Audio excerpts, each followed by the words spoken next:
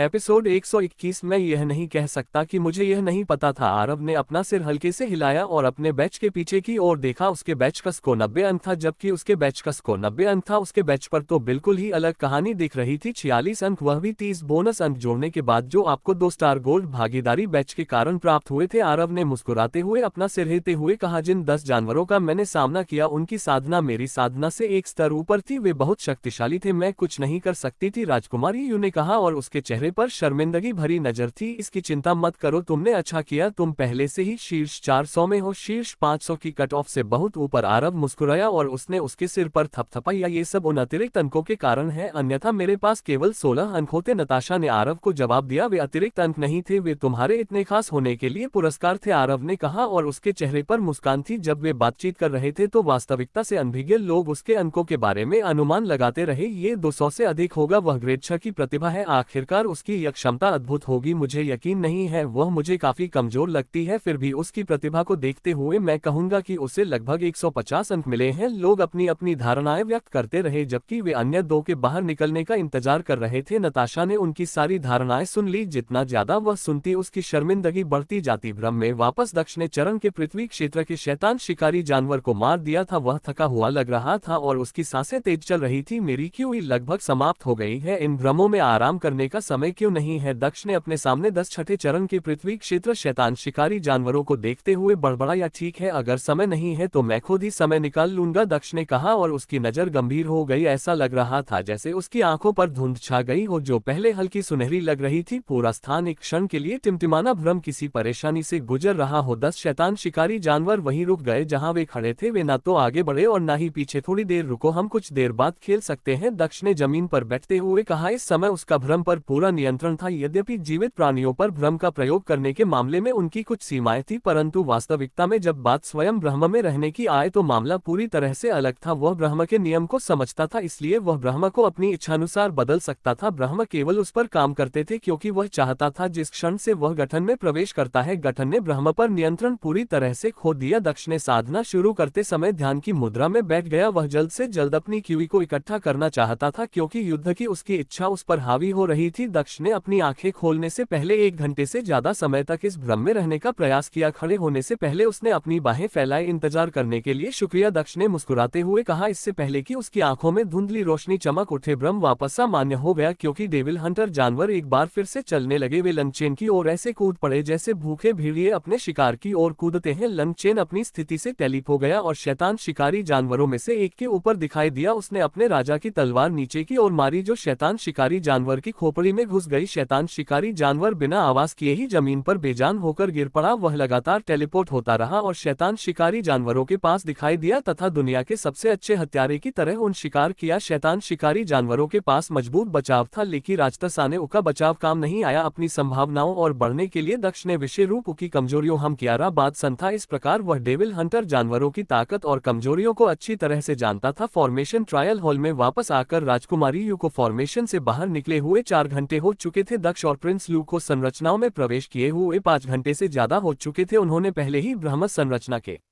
अंदर बिताए सबसे लंबे समय का रिकॉर्ड तोड़ दिया था, जो पहले जुवान साम्राज्य के एक साधक के नाम था। पिछला रिकॉर्ड सिर्फ 3 घंटे और 16 मिनट का था। हॉल में मौजूद अधिकांश लोग बैठ गए थे और वे दूसरे व्यक्ति के बाहर आने का बेसब्री से इंतजार कर रहे थे। कुछ लोग तो प्रतीक्षा करते करते थककर सो चुके थे, जबकि अन्य अभी भी इस बात पर बहस कर रहे थे कि दूसरा व्यक्ति कौन बाहर आएगा। हालांकि नकाबपोश लड़के में बेहतर प्रतिभा है, फिर भी वह बहुत छोटा है, उसके पास अच्छा युद्ध कौशल नहीं हो सकता। मुझे यकीन है कि वह जुवान साम्राज्य से नहीं है, अन्यथा वह अपना चेहरा नहीं छिपा रहा होता। कोई संभावना नहीं है कि उसके पास कोई अच्छा युद्ध कौशल हो, साधकों में से एक ने अपने दोस्त से कहा। वह 5वीं कक्षा का प्रतिभाशाली था, उसने अपने माथे पर एक काला हेडबैंड पहना था और उसके बाल काफी छोटे थे। आप इस बात पर यकीन नहीं कर सकते, मेरे हिसाब से मास्टर लू हारने वाले हैं। बीच में एक और व्यक्ति ने टिप्पणी की, कौन है? वह व्यक्ति पीछे मुड़कर उस दिशा में देखने लगा जिधर से वह आवाज आई थी, लेकिन वह चौंक गया और जल्दी से अपनी आंखें बंद कर ली। जिस व्यक्ति ने अभी अभी कहा था कि प्रिंस लू हार जाएगा, वह 2425 24 साल का व्यक्ति था। वह व्यक्ति था जो वर्तमान में इल्यूजन ट्रायल में नंबर 1 स्थान रखता है। वह 5वीं कक्षा का प्रतिभाशाली था, लेकिन उसके स्कोर के आधार पर उसकी युद्ध क्षमता पहले से ही सभी को स्पष्ट थी। उसका अपना स्कोर 180 था। इसके अलावा उसकी साधना भी कम नहीं थी। वह चौथे चरण का स्वर्ण क्षेत्र साधक था। मास्टर दवा ऐसा क्यों सोचते हैं? हेडबैंड वाले लड़के ने यथासंभव सम्मान पूर्वक उस आदमी से पूछा। आपने शायद इस पर ध्यान नहीं दिया होगा, लेकिन जब एल्डर जिनलिंग ने से उस लड़के को ले जाने के लिए कहा तो जिस तरह से लड़के ने गार्ड का सामना किया वह बहुत डरावना था। मैं उस नजर का लक्ष्य भी नहीं था, लेकिन फिर भी मुझे अपनी रीढ़ में ठंडक महसूस हुई। वह जरा भी डरा हुआ नहीं लग रहा था। ऐसा लग रहा था जैसे वह दुनिया की परवाह किए बिना गार्ड को मारने के लिए तैयार था। वह लड़का उसे कभी नाराज नहीं होना चाहिए, मास्टर डेडवान ने एक ऐसे लहजे में कहा जो सुझाव की तरह कम और चेतावनी की तरह ज्यादा लग रहा था। इससे पहले कि वह अपनी आंखें बंद कर ले, जैसे ही दूसरा व्यक्ति समूह से बाहर आया, दूसरा दरवाजा खोल गया। बाहर निकलने वाला दूसरा व्यक्ति वह था जिसने अपनी अपार प्रतिभा से सभी को चौंका दिया था। यह एक नकाबपोश लड़का था जो खुद को दक्ष सेन कहता था। क्या बाकी लोग भी बाहर आ गए हैं? उसने बुजुर्ग की ओर देखा और पूछा। आह नहीं, राजकुमार लू अभी भी अंदर है, बुजुर्ग ने जल्दी से जवाब दिया। ओह, दक्ष ने लापरवाह लहजे में जवाब दिया और एक कोने की ओर चला गया और बैठ गया। उसने अपनी आंखें बंद कर ली। बाहर निकलने के बाद उसने एक बार भी अपने स्कोर को नहीं देखा। दूसरे चरण के प्रभारी एल्डर ने 50 फॉर्मेशन ट्रायल रूम से अलग एक कमरा खोला। आमतौर पर वह उन तीनों के बाहर आने तक इंतजार करता, लेकिन वह अपनी उत्सुकता को रोक नहीं पाया। जब से दक्ष बाहर आया वह अपना स्कोर देखना चाहता था। कमरे के अंदर दीवार पर लोगों के नाम लिखे हुए थे जो उन्हें फॉर्मेशन इल्यूजन ट्रायल में प्राप्त रैंकिंग के आधार पर लिखे गए थे। हम पहला नाम दुवान है, 6ठी कक्षा की उस लड़की और उस नकाबपोश लड़के के बारे में क्या? उसने पहला नाम देखते हुए बड़बड़ाई या उसने पूरी सूची पढ़ना शुरू किया और उनके नाम खोजने की कोशिश की। बहुत प्रयास के बाद उसे वह नाम मिल गया जिसे वह खोजने की कोशिश कर रहा था। 325वां रैंक पाने वाली महिला राजकुमार नताशा थी। केवल 46 अंक। लगता है उसकी युद्ध शक्तियां वास्तव में कमजोर थी, लेकिन वह लड़का कहाँ है? क्या वह उससे भी कमजोर है? एल्डर ने नामों की सूची में आगे बढ़ते हुए कहा। उसने कुछ ही मिनटों में सभी नाम पढ़ लिए, लेकिन दक्ष सेन का नाम नहीं मिला। 2 नाम गायब है, राजकुमार लू और दक्ष सेन। राजकुमार लू अभी भी भ्रम में है, इसलिए उसके पास कोई अंक नहीं होगा, लेकिन दक्ष सेन का क्या? उसका अंक यहाँ क्यों नहीं है? ऐसा लगता है कि उसने परीक्षा में भाग ही नहीं लिया, बुजुर्ग ने उलझन में पड़ते हुए कहा। एल्डर ने दरवाजा बंद करते हुए कमरा छोड़ दिया। दक्ष के बाहर आने के केवल 23 मिनट बाद ही तीसरा दरवाजा खुला। प्रिंस लू थका हुआ चेहरा लिए हुए फॉर्मेशन रूम से बाहर निकल गया। जैसे ही वह बाहर निकला उसकी नजर किसी को ढूंढने लगी। जैसे ही उसकी नजर दक्ष पर पड़ी उसके चेहरे पर मुस्कान खेल उठी। बड़े भाई, इस समय तक का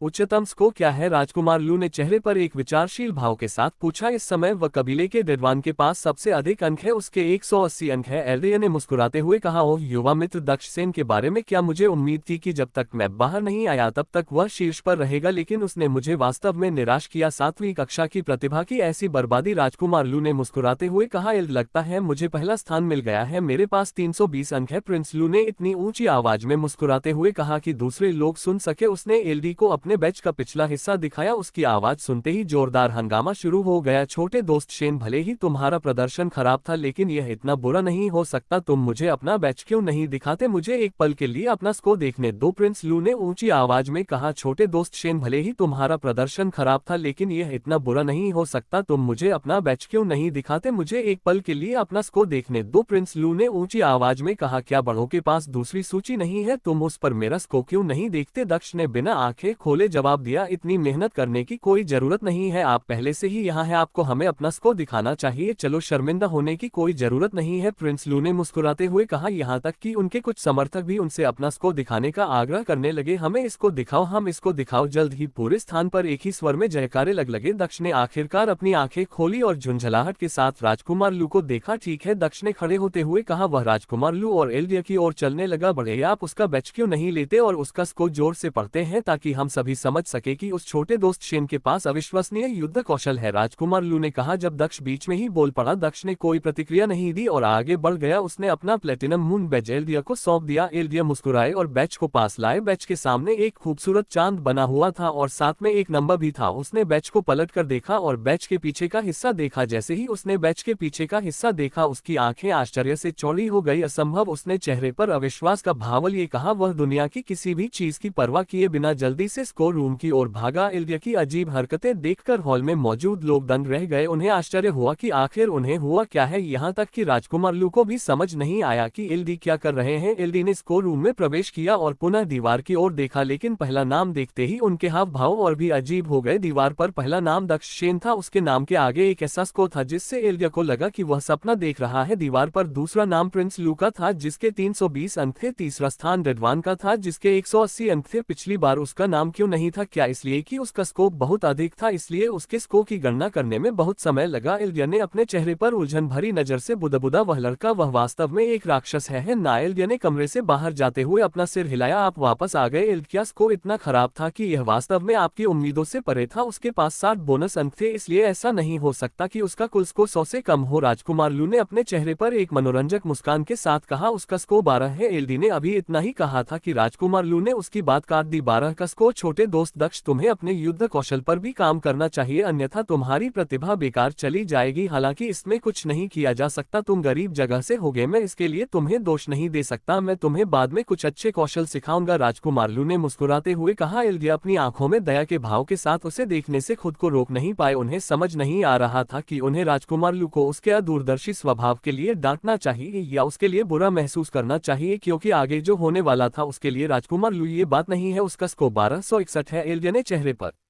व्यंग्यात्मक मुस्कान के साथ कहा। टट 1260। राजकुमार लहक लाया और उसका सिर घूमने लगा। तुम एक भूल गए, यह 61 है, लेकिन तुम सही हो, यह मेरे लिए शर्मनाक स्को है। मुझे बेहतर करने की उम्मीद थी, दक्ष ने उदासीन भाव से कहा और राजकुमार लू के कंधे को थपथपा आया। राजकुमार लू के लिए पूरी दुनिया घूमने लगी क्योंकि उसे अत्यधिक शर्मिंदगी ने घेर लिया था। वह अपने घुटनों पर गिर गया। मेरा बैज? दक्ष ने इल्देई की ओर हाथ बढ़ाते हुए कहा। हाँ, इल्देई ने अपना ना बैज लौटा दिया। जब दक्ष अपने स्थान पर वापस लौटा तो पूरा स्थान सन्नाटा से भर गया। 1200 से अधिक का स्को? क्या इसका मतलब यह नहीं है कि वह केवल तभी हारा जब उसने 10 जानवरों का सामना किया जिनकी साधना अवस्था उससे 7 अवस्था अधिक थी? वह एक चौथे चरण का स्वर्ण क्षेत्र साधक है। क्या इसका मतलब यह नहीं है कि उसकी वास्तविक युद्ध शक्ति एक औसत प्रथम चरण के पृथ्वी क्षेत्र साधक के बराबर है? बहुत भयानक। लोग पूरी तरह सदमे में उसके बारे में बात करने से खुद को रोक नहीं पाए। ठीक है, मैं अंतिम परिणाम घोषित करूंगा। प्रथम रैंक दक्षसेन, द्वितीय रैंक प्रिंस लू, तृतीय रैंक डुवन, 5 सभी रैंक मिंगू। मैंने अभी जिनका नाम लिया है वे चयन परीक्षा के तीसरे और अंतिम चरण में जाएंगे। इल्दिया ने हॉल में सभी की ओर देखते हुए कहा। 500 में से केवल 100 लोग ही चयन के तीसरे चरण को पार कर पाएंगे। 5 संप्रदायों के संप्रदाय गुरुओं द्वारा उस चरण को पार करने वाले लोगों में से कुछ लोगों को उनके संप्रदाय में आंतरिक शिष्य के रूप में शामिल होने के लिए चुना जाएगा। उनमें से कुछ को संप्रदाय के गुरुओं से और भी बेहतर प्रस्ताव मिल सकते हैं, इल्दिया ने कहा। हालांकि वे अपने वाक्य के अंत में दक्ष की ओर देखना नहीं भूले। जिन लोगों का चयन संप्रदाय के गुरुओं द्वारा नहीं किया गया है वे भी अपने इच्छित संप्रदाय में शामिल हो सकेंगे, लेकिन केवल बाहरी संप्रदाय के शिष्य के रूप में। संप्रदाय प्रवेश परीक्षा का तीसरा चरण कल होगा। हमने दूसरे चरण में चुने गए उम्मीदवारों के लिए संप्रदाय के अंदर रहने की जगह की व्यवस्था की है। जो दूसरे चरण में असफल हुए हैं वे विदा ले सकते हैं, जो पास हुए हैं उन्हें नौकरों द्वारा अतिथि कक्ष में ले जाया जाएगा। इल्दी ने अपनी बात पूरी करने से पहले दक्ष की ओर दिया। मेरे साथ आओ, मैं तुम्हें तुम्हारे कमरे तक ले चलूंगा। इल्दिया ने चेहरे पर कोमल मुस्कान के साथ दक्ष से कहा। Air tight. दक्ष ने अपना सिर हिलाया। वह एल्डर के पीछे पीछे गया और वहां मौजूद सभी लोगों की निगाहों के सामने हॉल से बाहर निकल गया। कुछ लोग उसे ईर्ष्या से देख रहे थे जबकि अन्य लोग उसे आश्चर्य से देख रहे थे। कुछ लोगों के चेहरे पर शिकंजी थी। दक्ष को एक खूबसूरत दिखने वाले आंगन में ले जाया गया जो पूरी तरह से सुसज्जित था। यह एक खूबसूरत बगीचे से घिरा हुआ था और एक बड़ा क्षेत्र था। ये जगह काफी अच्छी लग रही है, दक्ष ने उस जगह को देखते हुए कहा। हाँ, प्रथम श्रेणी के प्रतिभागी के लिए जो स्थान चुना गया था वह वास्तव में अद्भुत था, लेकिन आपका प्रदर्शन देखने के बाद हमें लगा कि इसमें कुछ कमी थी, इसलिए हमने आपके विश्राम के लिए एक बेहतर प्रांगण के साथ स्थान बदल दिया। इल्दी ने हल्की हंसी के साथ कहा। इल्दी, क्या मैं आपसे कुछ पूछ सकता हूँ? दक्ष ने पूछा। बिल्कुल, आप मुझसे कुछ भी पूछ सकते हैं, एल्डिया ने मुस्कुराते हुए कहा। एल्डे युदाओ वह संप्रदाय में कहाँ रहते हैं? दक्ष ने सहज स्वर में पूछा। हम आप ऐसा क्यों पूछ रहे हैं? एल्डे ने अपने चेहरे पर उलझन भरी नजर के साथ कहा। बस ऐसा लग रहा था कि वह संप्रदाय के पदानुक्रम में काफी ऊंचे स्थान पर था। संप्रदाय में रहने के लिए उसका एक विशेष स्थान होना चाहिए। दक्ष ने जवाब दिया। ठीक है, ये सच है, उसके पास एक बहुत ही शानदार आंगन है। वास्तव में यह आपके आंगन के पास ही है। यदि आप 1 किलोमीटर से अधिक सीधे चले गए तो आप उसके आंगन के सामने खड़े होंगे। हालांकि वह हमेशा संप्रदाय द्वारा दिए गए आंगन में नहीं रहता है और कभी कभी वह आकर यू कबीले में रातें बिताता है। एलिया ने अपने चेहरे पर एक विचारशील भाव के साथ कहा, संप्रदाय प्रवेश परीक्षा एक महत्वपूर्ण अवसर है, वह आज यू कबीले में नहीं जाएगा है ना? दक्ष ने अपने चेहरे पर एक विचारशील भाव के साथ पूछा, हाँ, वह संप्रदाय में ही रहेगा। एलिया ने अपना सिर हिलाया, मुझे साथ ले जाने के लिए धन्यवाद एलिया, आप वाकई मददगार है। दक्ष ने आंगन में प्रवेश करने से पहले उनका धन्यवाद किया। उसने दरवाजे बंद किए और अपने आसपास के वातावरण को देखने के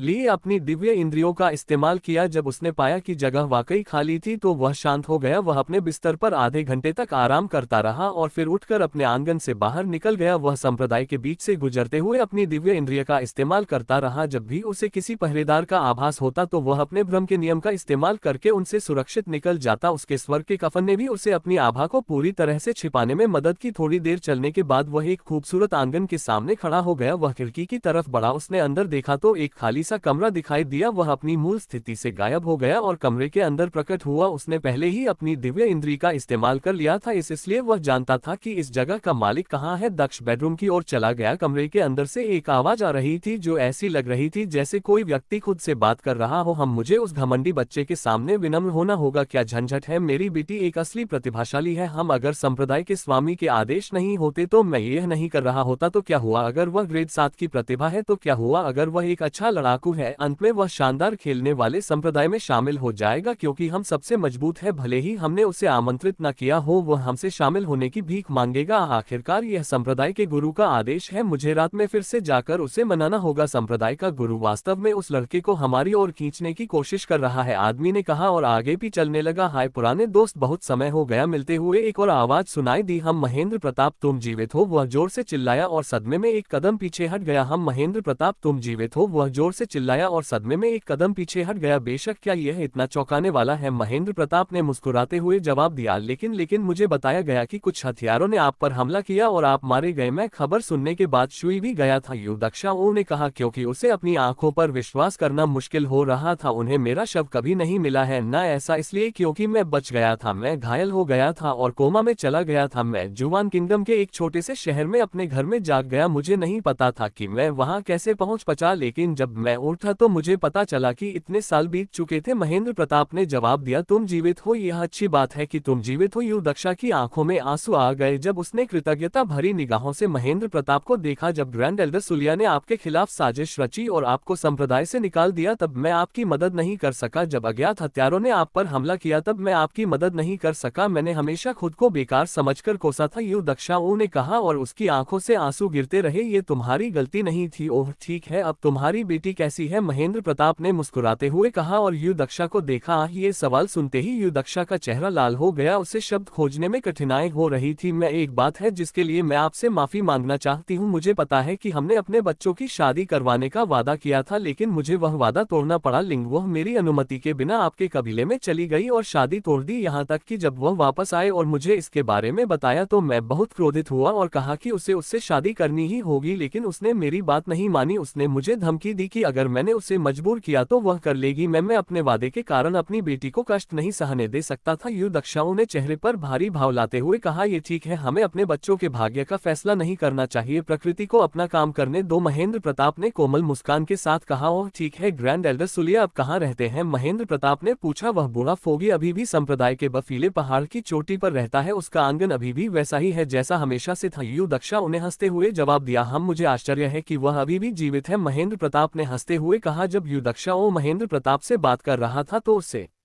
एहसास ही नहीं हुआ कि वहां कोई महेंद्र प्रताप नहीं था, बल्कि वहां एक नकाबपोश लड़का खड़ा था। दक्ष ने अपने पिता का भ्रम पैदा कर लिया था और इसका उपयोग युदक्षा से जानकारी प्राप्त करने के लिए कर रहा था। वह जो पूछना चाहता था पूछ लेने के बाद दक्ष ने फैसला किया कि अब जाने का समय हो गया है। दक्ष अपने टेली कौशल का उपयोग करते हुए एक पल में आंगन के बाहर दिखाई देते ही अपनी स्थिति से गायब हो गया। जैसे ही दक्ष युदक्षा को देखने में असमर्थ हुआ, भ्रम टूट गया। भाई जून आप क्यों नहीं? युदक्षा कुछ कह रहा था जब महेंद्र प्रताप उसके सामने से गायब हो गया। भाई जून जून, उसने बार बार पुकारा लेकिन कोई जवाब नहीं आया। क्या क्या यह मेरा भ्रम था? क्या इसका मतलब है कि तुम बच नहीं पाए? भाई जून को छोड़े हुए बहुत समय हो गया था, मुझे तुम्हारी याद आती है। यूं दक्षा अपने घुटनों पर गिर गया और उसकी आंखों से एक और आंसू बह निकला। इस बार ये दुख का आंसू था। तो यूं दक्षा ने मेरे पिता के खिलाफ कोई साजिश नहीं रची। अब मेरे पास एकमात्र सुराग एल्ड सुलियान ने रात के अंधेरे में चलते हुए सोचा। वह स्पष्ट रूप से एक बर्फीला पहाड़ देख सकता था। हालांकि जवान के राज्य में सर्दी नहीं थी, फिर भी उस पहाड़ पर बर्फ थी। मेरे पास चलने का समय नहीं है, दक्ष ने आसमान में ऊंची छलांग लगाते हुए कहा। स्वर्गीय दानव पंख, उसने कहा, और उसके पीछे दो खूबसूरत पंख दिखाई दिए। एक पंख चमकदार सुनहरा था जबकि दूसरा पंख बिल्कुल काला था। दक्ष जितनी तेजी से हो सकता था बर्फीले पहाड़ की चोटी की ओर उड़ गया। वह अपनी आभा और साधना को छिपाने के लिए स्वर्ग के कफन का उपयोग कर रहा था। उसके काले कपड़े उसे अंधेरे में घुलने मिलने में मदद करते थे। एकमात्र समस्या उसका चमकदार सुनहरा पंख था। उसे उम्मीद थी कि कोई उसे नोटिस नहीं करेगा, लेकिन अगर कोई करता भी है तो वह एक स्थानिक पोर्टल का उपयोग करके वहां से गायब हो जाएगा और अपने आंगन में वापस आ जाएगा। उसके पास सभी सवालों के जवाब पाने के लिए केवल रात ही थी। वह ऐसा अवसर बर्बाद नहीं करना चाहता था। शुक्र है कि किसी ने आसमान में उड़ती हुई चमकदार सुनहरी रोशनी को नहीं देखा, क्योंकि संप्रदाय के सच्चे गुरु अपने कमरों के अंदर साधना कर रहे थे जबकि पहरेदार जमीन की ओर देख रहे थे। अगर वह अपनी आभा को पाने में सक्षम नहीं होता तो वह निश्चित रूप से बहुत ध्यान आकर्षित करता, लेकिन स्वर्ग का कफन एक आशीर्वाद के रूप में आया। दक्ष बर्फीले पहाड़ की चोटी पर आंगन की छत पर उतरा। उसके पंख गायब हो गए। दक्ष ने अपनी दिव्य इंद्रिय का उपयोग करके आंगन को स्कैन किया। आंगन के मुख्य द्वार पर पहरेदार थे और एक बूढ़ा आदमी अपने शयन कक्ष में ध्यान में बैठा था। उनके अलावा वहां कोई नहीं था। दक्ष खिड़की के सामने उतरा और अंदर देखने लगा। उसका टेलीपेशन कौशल ठीक उसी तरह काम करता था। 100 मीटर की सीमा के भीतर दक्ष कहीं भी टेलीप कर सकता था, बशर्ते उसने वह जगह देखी हो। दक्ष आंगन के अंदर आया और बेडरूम की ओर चला गया। दरवाजा खुला था, इसलिए दक्ष ने आसानी से दरवाजा खोला और अंदर प्रवेश किया। ग्रैंड एल्डर लिन, क्या तुम सच में मुझसे बात नहीं करने वाले? दक्ष ने मुस्कुराते हुए कहा। जब वह दरवाजे के सामने खड़ा था उसने अपनी हत्या की मंशा को कुछ हद तक उजागर किया ताकि एल्ड अपने ध्यान से जाग सके। किसकी हिम्मत है? हम महेंद्र प्रताप कक, तुम यहाँ क्या कर रहे हो? तुम भूत मंदिर से कैसे बच निकले? बड़े बुजुर्ग सुलिया ने अपनी आंखें खोली, लेकिन जैसे ही उन्होंने लांग जून को अपने सामने खड़ा देखा उनके चेहरे से सारा रंग गायब हो गया। भूत मंदिर, लगता है वह मेरे पिता के बारे में कुछ जानता है, लंगचेन ने सोचा। जब उसने बड़े बुजुर्ग सलिन की बातें सुनी, बेशक मैं बच गया, और न केवल मैं बच गया, मैं और भी मजबूत हो गया, दक्ष ने मुस्कुराते हुए कहा। उसने अपने स्वर्ग के कफन का उपयोग 10वें चरण के पृथ्वी क्षेत्र के साधक की आभा फैलाने के लिए किया। स्वर्ग का कफन एक स्वर्गीय कौशल था जो किसी की साधना को छिपा सकता था। यह नकली साधना भी दिखा सकता था। नकली साधना किसी व्यक्ति की वास्तविक साधना से कम, दो प्रमुख साधना क्षेत्रों से लेकर उसकी वास्तविक साधना से अधिक एक प्रमुख क्षेत्र तक की सीमा के भीतर कुछ भी हो सकती है। ये क्रमशः आभा भी उत्पन्न कर सकता है। दक्ष एक शीर्ष 10वीं अवस्था का गोल्ड कोर रियम साधक था। इस प्रकार वह शीर्ष 10वीं अवस्था के पृथ्वी रियल साधक की आभा को नकली बनाने में सक्षम था। आपकी साधना यह संप्रदाय गुरु से भी अधिक शक्तिशाली है, ये कैसे संभव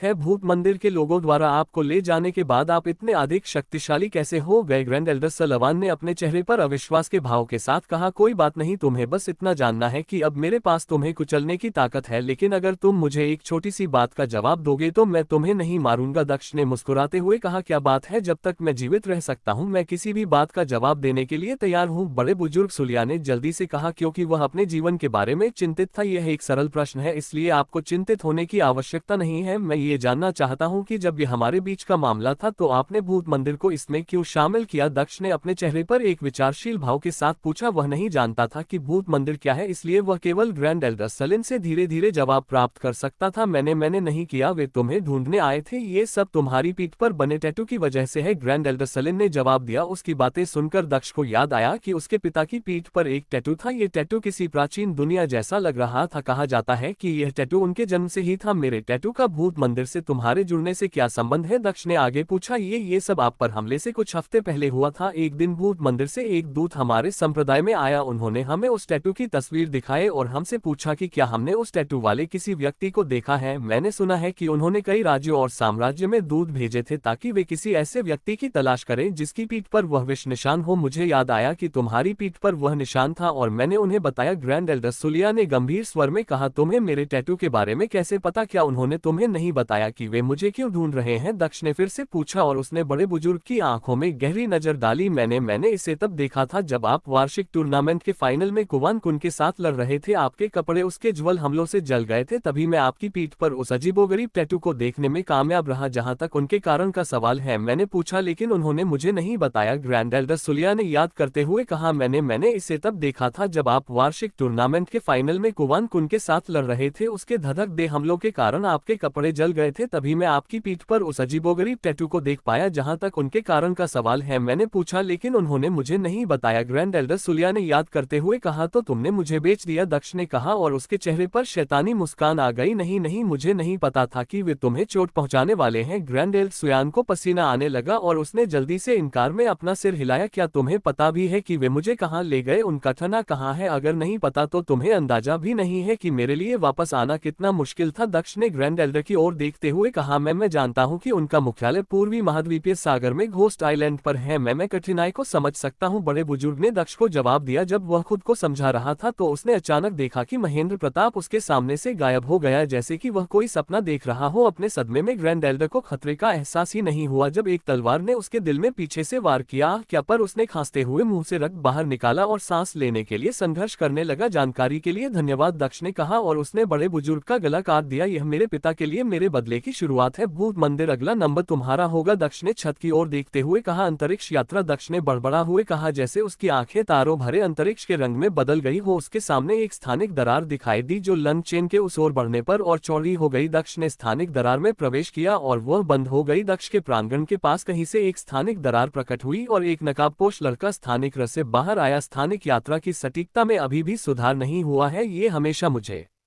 उस स्थान के पास ले जाती है जहां मैं जाना चाहता हूं, लेकिन शायद ही कभी उस सटीक स्थान पर मुझे आश्चर्य है कि क्या ये सीमाएं मेरे अंतरिक्ष कानून के पौधे के अंतरिक्ष कानून के पेड़ बनने के बाद समाप्त हो जाएंगी। दक्ष ने अपने कमरे की ओर कदम बढ़ाते हुए कहा। दक्ष जैसे ही उसने एक कदम आगे बढ़ाया, उसके दिमाग में जून की आवाज गूंज उठी। क्या? दक्ष ने उससे पूछा। भंडारण रिग के अंदर देखो, तुम्हारे राजा की तलवार बेचैन हो रही है, जून ने गंभीर स्वर में कहा। दक्ष ने उसकी बात सुनने का फैसला किया और जैसा उसने कहा था, राजा की तलवार वास्तव में बेचैन हो गई थी। पहली बार वह हवा में उड़ रही थी और चक्कर लगा रही थी। यह उड़ सकता है क्या? ये पीक स्पिरिट ग्रेड हथियार नहीं है, ये यहाँ तक कि पृथ्वी ग्रेड की कलाकृतियां भी उड़ने में असमर्थ है। ये कैसे उड़ सकता है? दक्ष ने अपने चेहरे पर एक हैरान कर देने वाली अभिव्यक्ति के साथ कहा। मुझे कुछ पता नहीं है। यह उस समय से ही अजीब व्यवहार करने लगा था जब आपने उस बूढ़े आदमी को मारने के बाद इसे वापस रखा था। मुझे लगता है कि जब यह बाहर आया तो इसने कुछ महत्वपूर्ण महसूस किया, इसलिए यह इतना बेचैन है। जुन ने कहा कि उसे क्या महसूस हो रहा था, मुझे जांचने दो। दक्ष ने राजा की तलवार को स्टोरेज रिंग से बाहर निकालते हुए कहा। जैसे ही राजा की तलवार बाहर आई, वह लन चेन की पकड़ से छूट गई और उड़ गई। क्या फालतू बात है? दक्ष राजा की तलवार की तीव्र प्रतिक्रिया से दंग रह गया। उसने अपने स्वर्गीय दानव पंखों का इस्तेमाल किया और राजा की तलवार के पीछे भागा। शुक्र है कि राजा की तलवार बंज दिशा में चली गई। उस दिशा में कोई नई इमारत नहीं थी। तलवार एक अजीब से आकार के पत्थर के ऊपर उड़ते हुए रुक गई। पत्थर ठीक से कटे हुए किनारों के साथ एक पिरामिड की तरह लग रहा था। पत्थर पर कोई असमान सतह नहीं दिख रही थी। तलवार पिरामिड के आकार के पत्थर के ऊपर तैर रही थी। दक्ष तलवार का पीछा कर रहा था। इस प्रकार वह तलवार के ठीक बाद उस स्थान पर पहुंच गया। यह एक अजीब आकार का पत्थर है। क्या इस जगह में कुछ खास है? मुझे उस पत्थर के आकार के अलावा कुछ खास नहीं दिख रहा है। दक्ष ने पत्थर को देखते हुए अपने चेहरे पर उलझन भरी नजर डाली। पत्थर के नीचे एक छेद होना चाहिए। पुराने समय के कुछ साधक अपनी विरासत की जगहों को इस तरह छिपाते थे। चूंकि आत्मा क्षेत्र की कलाकृतियां उड़ने और तुम्हें यहाँ लाने में सक्षम है, इसलिए वहाँ कुछ खास होना चाहिए। जुन दक्ष के पास दिखाई दिया और उसे सूचित किया, मुझे कोशिश करने दो। दक्ष पिरामिड के आकार के पत्थर की ओर चला गया और उसे मजबूती से पकड़ लिया। उसने पत्थर उठाने की कोशिश की, लेकिन वह अपनी मूल स्थिति से 1 इंच भी नहीं हिला। मुझे विश्वास नहीं होता कि मैं तुम्हें हिला नहीं सकता, दक्ष ने धीरे से कहा और उसने डेमन मोनार्क फिजिक की ताकत का इस्तेमाल करना शुरू कर दिया। उसने कोशिश की लेकिन पत्थर फिर भी नहीं हिला। क्या आपको लगता है कि अगर यह इतना आसान होता तो दूसरे लोग इस जगह को नहीं खोज पाते? उस छेद को देखो। जुन ने पिरामिड के आकार के पत्थर के शीर्ष पर छोटे से छेद की ओर इशारा करते हुए कहा। छेद का आकार चाबी के छेद जैसा था। वह द्वार, मुझे चाबी चाहिए। मैं चाबी कहाँ पा सकता हूँ? दक्ष गहरी सोच में डूबा हुआ था जब उसने देखा कि राजा की तलवार हवा में उड़ रही है। रुको, चाबी के छेद का आकार जैसा नहीं है। लचेब ने कुछ बुदबुदा आया। वह हवा में उछला और राजा की तलवार पकड़ ली। दक्ष ने राजा की तलवार की धार चाबी के छेद में घुसा दी। तलवार एकदम सही तरीके से अंदर तक पहुंच गई। बाहर सिर्फ तलवार की मूठ ही दिख रही थी। पत्थर पर तरह तरह के पैटर्न दिखने लगे। करीब 2 मिनट में पत्थर बगल की ओर खिसक गया और एक छेद दिखाई देने लगा। पत्थर के नीचे सीढ़ियां थी जो नीचे की ओर जा रही थी, तुम सही थे, पत्थर के नीचे वास्तव में एक छेद था। दक्ष ने मुस्कुराते हुए कहा, बेशक मैं सही थी, मुझे इस दुनिया के बारे में तुमसे कहीं ज्यादा अनुभव है। जून ने चेहरे पर गर्व के भाव के साथ हंसते हुए कहा, वो तलवार ले लो, चलो देखते हैं कि अंदर क्या है। जून ने गायब होने से पहले दक्ष से कहा। दक्ष ने पत्थर से तलवार निकाली और सीढ़ियों से नीचे चला गया। दक्ष के अंदर जाने के बाद पत्थर अपनी मूल स्थिति में वापस आ गया, जैसे कुछ हुआ ही ना हो। सीढ़ियां एक सुरंग के प्रवेश द्वार पर समाप्त हो गई। सुरंग उचित वेंटिलेशन और विस्तृत क्षेत्र के साथ एक दालान की तरह लग रही थी। सुरंग जो पहले रात से भी अधिक अंधेरी थी, अचानक प्रकाशित हो गई, क्योंकि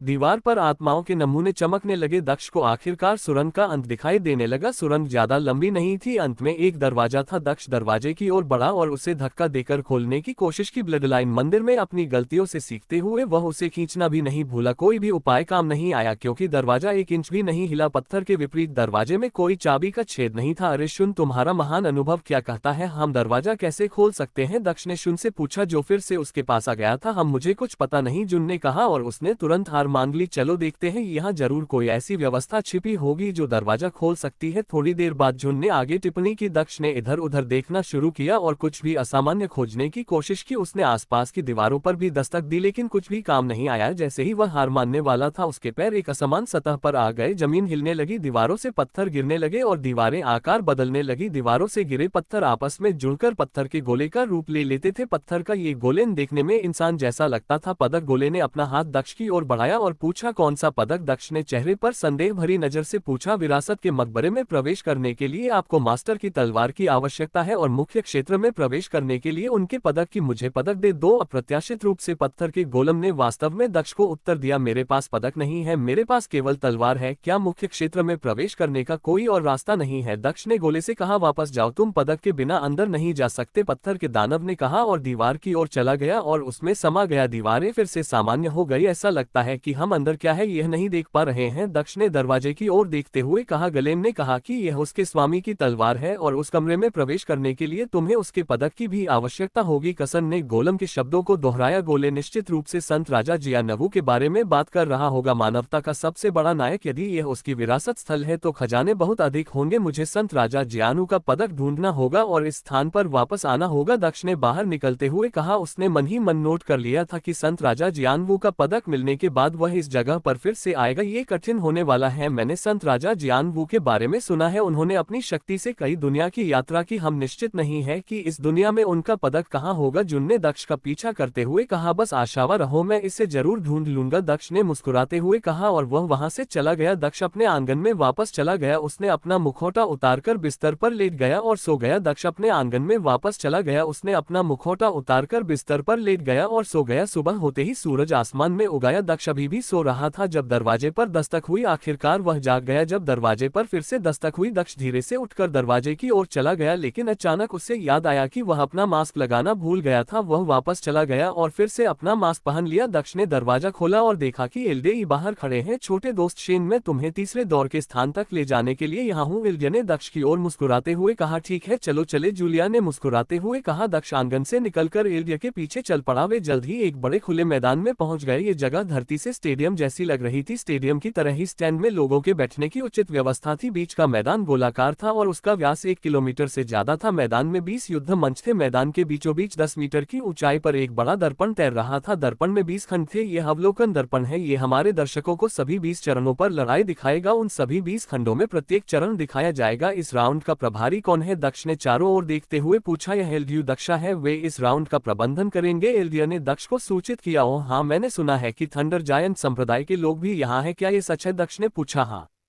थंडर जायंट सेक्ट के मेहमान यहाँ है और एक लड़का है जिसे वह अक्सर वरिष्ठ भाई कहती है। एल्डिया ने दक्ष को उत्तर दिया, केवल 2। मैंने सुना है कि थंडर जायंट संप्रदाय से यहाँ एक और व्यक्ति था, संभवतः एक लड़की। ओ, आप मिस मेन के बारे में बात कर रहे हैं? वह यहाँ नहीं है। हुआ जियाई साम्राज्य से वापस आने के बाद वह जल्दी में चली गई। मिस और दूसरा लड़का पीछे रह गए। वास्तव में वे ही विजेता को पुरस्कार प्रदान करेंगे। वह चली गई, दक्ष ने कहा। उसकी आंखों में गुस्सा झलक रहा था, हालांकि उसने उसे नियंत्रित कर लिया था। हाँ, ऐसा लग रहा था कि जब वह गई थी तो उसका मूड खराब था। था। वह कहती रही कि पूरा मिशन बेकार गया। हालांकि हम नहीं जानते कि उसका क्या मतलब था। एल्ड्रिया ने दक्ष को बताया, सब लोग चुप हो जाओ। युदाओ एक मंच पर खड़ा हुआ और ऊंची आवाज में बोला। उसने अपनी क्यूई का इस्तेमाल करके ये सुनिश्चित किया कि उसकी आवाज सभी को सुनाई दे। वह स्थान जो अभी कुछ देर पहले शोरगुल से भरा था एकदम शांत हो गया। संप्रदाय प्रवेश परीक्षा का अंतिम दौर यहाँ सबकी आंख के सामने आयोजित किया जाएगा। आप जिन बच्चों के साथ यहाँ आए हैं उनकी कड़ी मेहनत को देखेंगे और देखेंगे कि वे दूसरों से किस तरह से तुलना करते हैं। पूरी प्रक्रिया पूरी तरह से पारदर्शी होगी और केवल शीर्षों का ही संप्रदायों द्वारा चयन किया जाएगा। युदक्षा ने लोगों की भीड़ को देखते हुए कहा, पहले परीक्षण में हमने आपकी क्षमता देखी, दूसरे परीक्षण में हमने आपकी ताकत देखी, तीसरे परीक्षण में आपकी समग्र शक्ति का आकलन किया जाएगा। जिस तरह से आप अपने विरोधियों की ताकत और कमजोरियों के अनुकूल ढलते हैं, आपकी युद्ध रणनीति और युद्ध के मैदान में अप्रत्याशित स्थिति के प्रति आपकी प्रतिक्रिया। आप जानवरों का सामना नहीं करेंगे, इसके बजाय आप चालाक मनुष्यों का सामना करेंगे। आपके साथी साधक ही आपके विरोधी होंगे। उन्होंने दूसरे दौर में उत्तीर्ण हुए 500 प्रतिभागियों से कहा, आप सभी जानते हैं कि दूसरे परीक्षण में आपको क्या रैंकिंग मिली है। आपकी लड़ाई के आदेश उस रैंकिंग के आधार पर तय किए जाएंगे। रैंक 1 रैंक 500 से लड़ेगा, रैंक 2 रैंक 499 से लड़ेगा और इसी तरह आगे भी लड़ेगा। यदि कोई निम्न रैंक का साधक उच्च रैंक के साधक को हरा देता है तो उनकी रैंकिंग बदल जाएगी। केवल शीर्ष 250 ही लड़ाई के दूसरे चरण में आगे बढ़ेंगे। लेकिन एल्डहम हम सभी की साधना अलग है। कुछ गोल्ड कोर क्षेत्र में है जबकि अन्य केवल आत्मा स्थापना क्षेत्र में है। इतने बड़े अंतर के साथ हम एक दूसरे से कैसे लड़ सकते हैं? एक साधक ने चिंतित स्वर में कहा। वह आत्मा स्थापना क्षेत्र के केवल 7वें चरण पर था और 240वां रैंक प्राप्त करने में सफल रहा था क्योंकि उसकी लड़ने की शक्तियां उसी साधना क्षेत्र के लोगों की तुलना में अच्छी थी। लेकिन वह जानता था कि उसके और स्वर्ण कोर क्षेत्र के साधक की शक्ति के बीच का अंतर बहुत बड़ा था। आपको इसकी चिंता करने की जरूरत नहीं है। हालांकि जब कोई आप पर हमला करेगा तो बाहरी दुनिया आपकी कमजोर साधना और ताकत के बारे में नहीं सोचेगी, लेकिन हम आपको बराबर का मौका देंगे। सभी साधकों को अपनी साधना को आत्मा स्थापना क्षेत्र के 5वें चरण तक सीमित रखना होगा। यदि कोई भी धोखाधड़ी या अनुचित साधनों का उपयोग करते हुए पाया जाता है तो उसे अनुशासन कक्ष द्वारा दंडित किया जाएगा। ठीक है, अब बहुत हो गया। स्पष्टीकरण, पहली लड़ाई पहले क्षेत्र में रैंक 1 दक्ष सेन और रैंक 500 जैली के बीच होगी। दूसरी लड़ाई 20वीं लड़ाई अंतिम क्षेत्र में रैंक 20 मुक्यू और रैंक 481 मियाओ मियाओ के बीच होगी। अपनी जगह ले लो। युदक्षा ने अखाड़े से बाहर निकलने से पहले कहा, शुभकामनाएं। एल्डी ने दक्ष को शुभकामनाएं दी। जब वह पहले क्षेत्र की ओर जा रहा था दक्ष ने कोई जवाब नहीं दिया और सीधे आगे बढ़ता रहा। दक्ष एक गंजे लड़के के सामने मैदान में खड़ा था। लड़के ने भगवा वस्त्र पहन रखा था। मेरा नाम जियली है, मैंने आपके द्वारा किए गए बहुत से चमत्कार देखे हैं। अगर आप मेरे एक मक्के से बच गए तो मैं इसे आपकी जीत मानूंगा। जियली ने मुस्कुराते हुए कहा, मैं तुम्हारी चुप्पी को हाँ के रूप में लूंगा, जेली ने कहा। और जब उसे दक्ष की ओर से कोई प्रतिक्रिया नहीं मिली तो उसने अपनी मुट्ठी बांध ली। उसने अपनी क्यूई को अपने हाथ की ओर निर्देशित करना शुरू कर दिया। छिपी हुई बाघ मुट्ठी, यली ने जोर से कहा और उसने दक्ष की ओर मुक्का मारा। जिली के चेहरे पर मुस्कान आ गई जब उसने देखा कि दक्ष स्थिर खड़ा है। तुम बहादुर हो, लेकिन तुम्हारी बहादुरी तुम्हें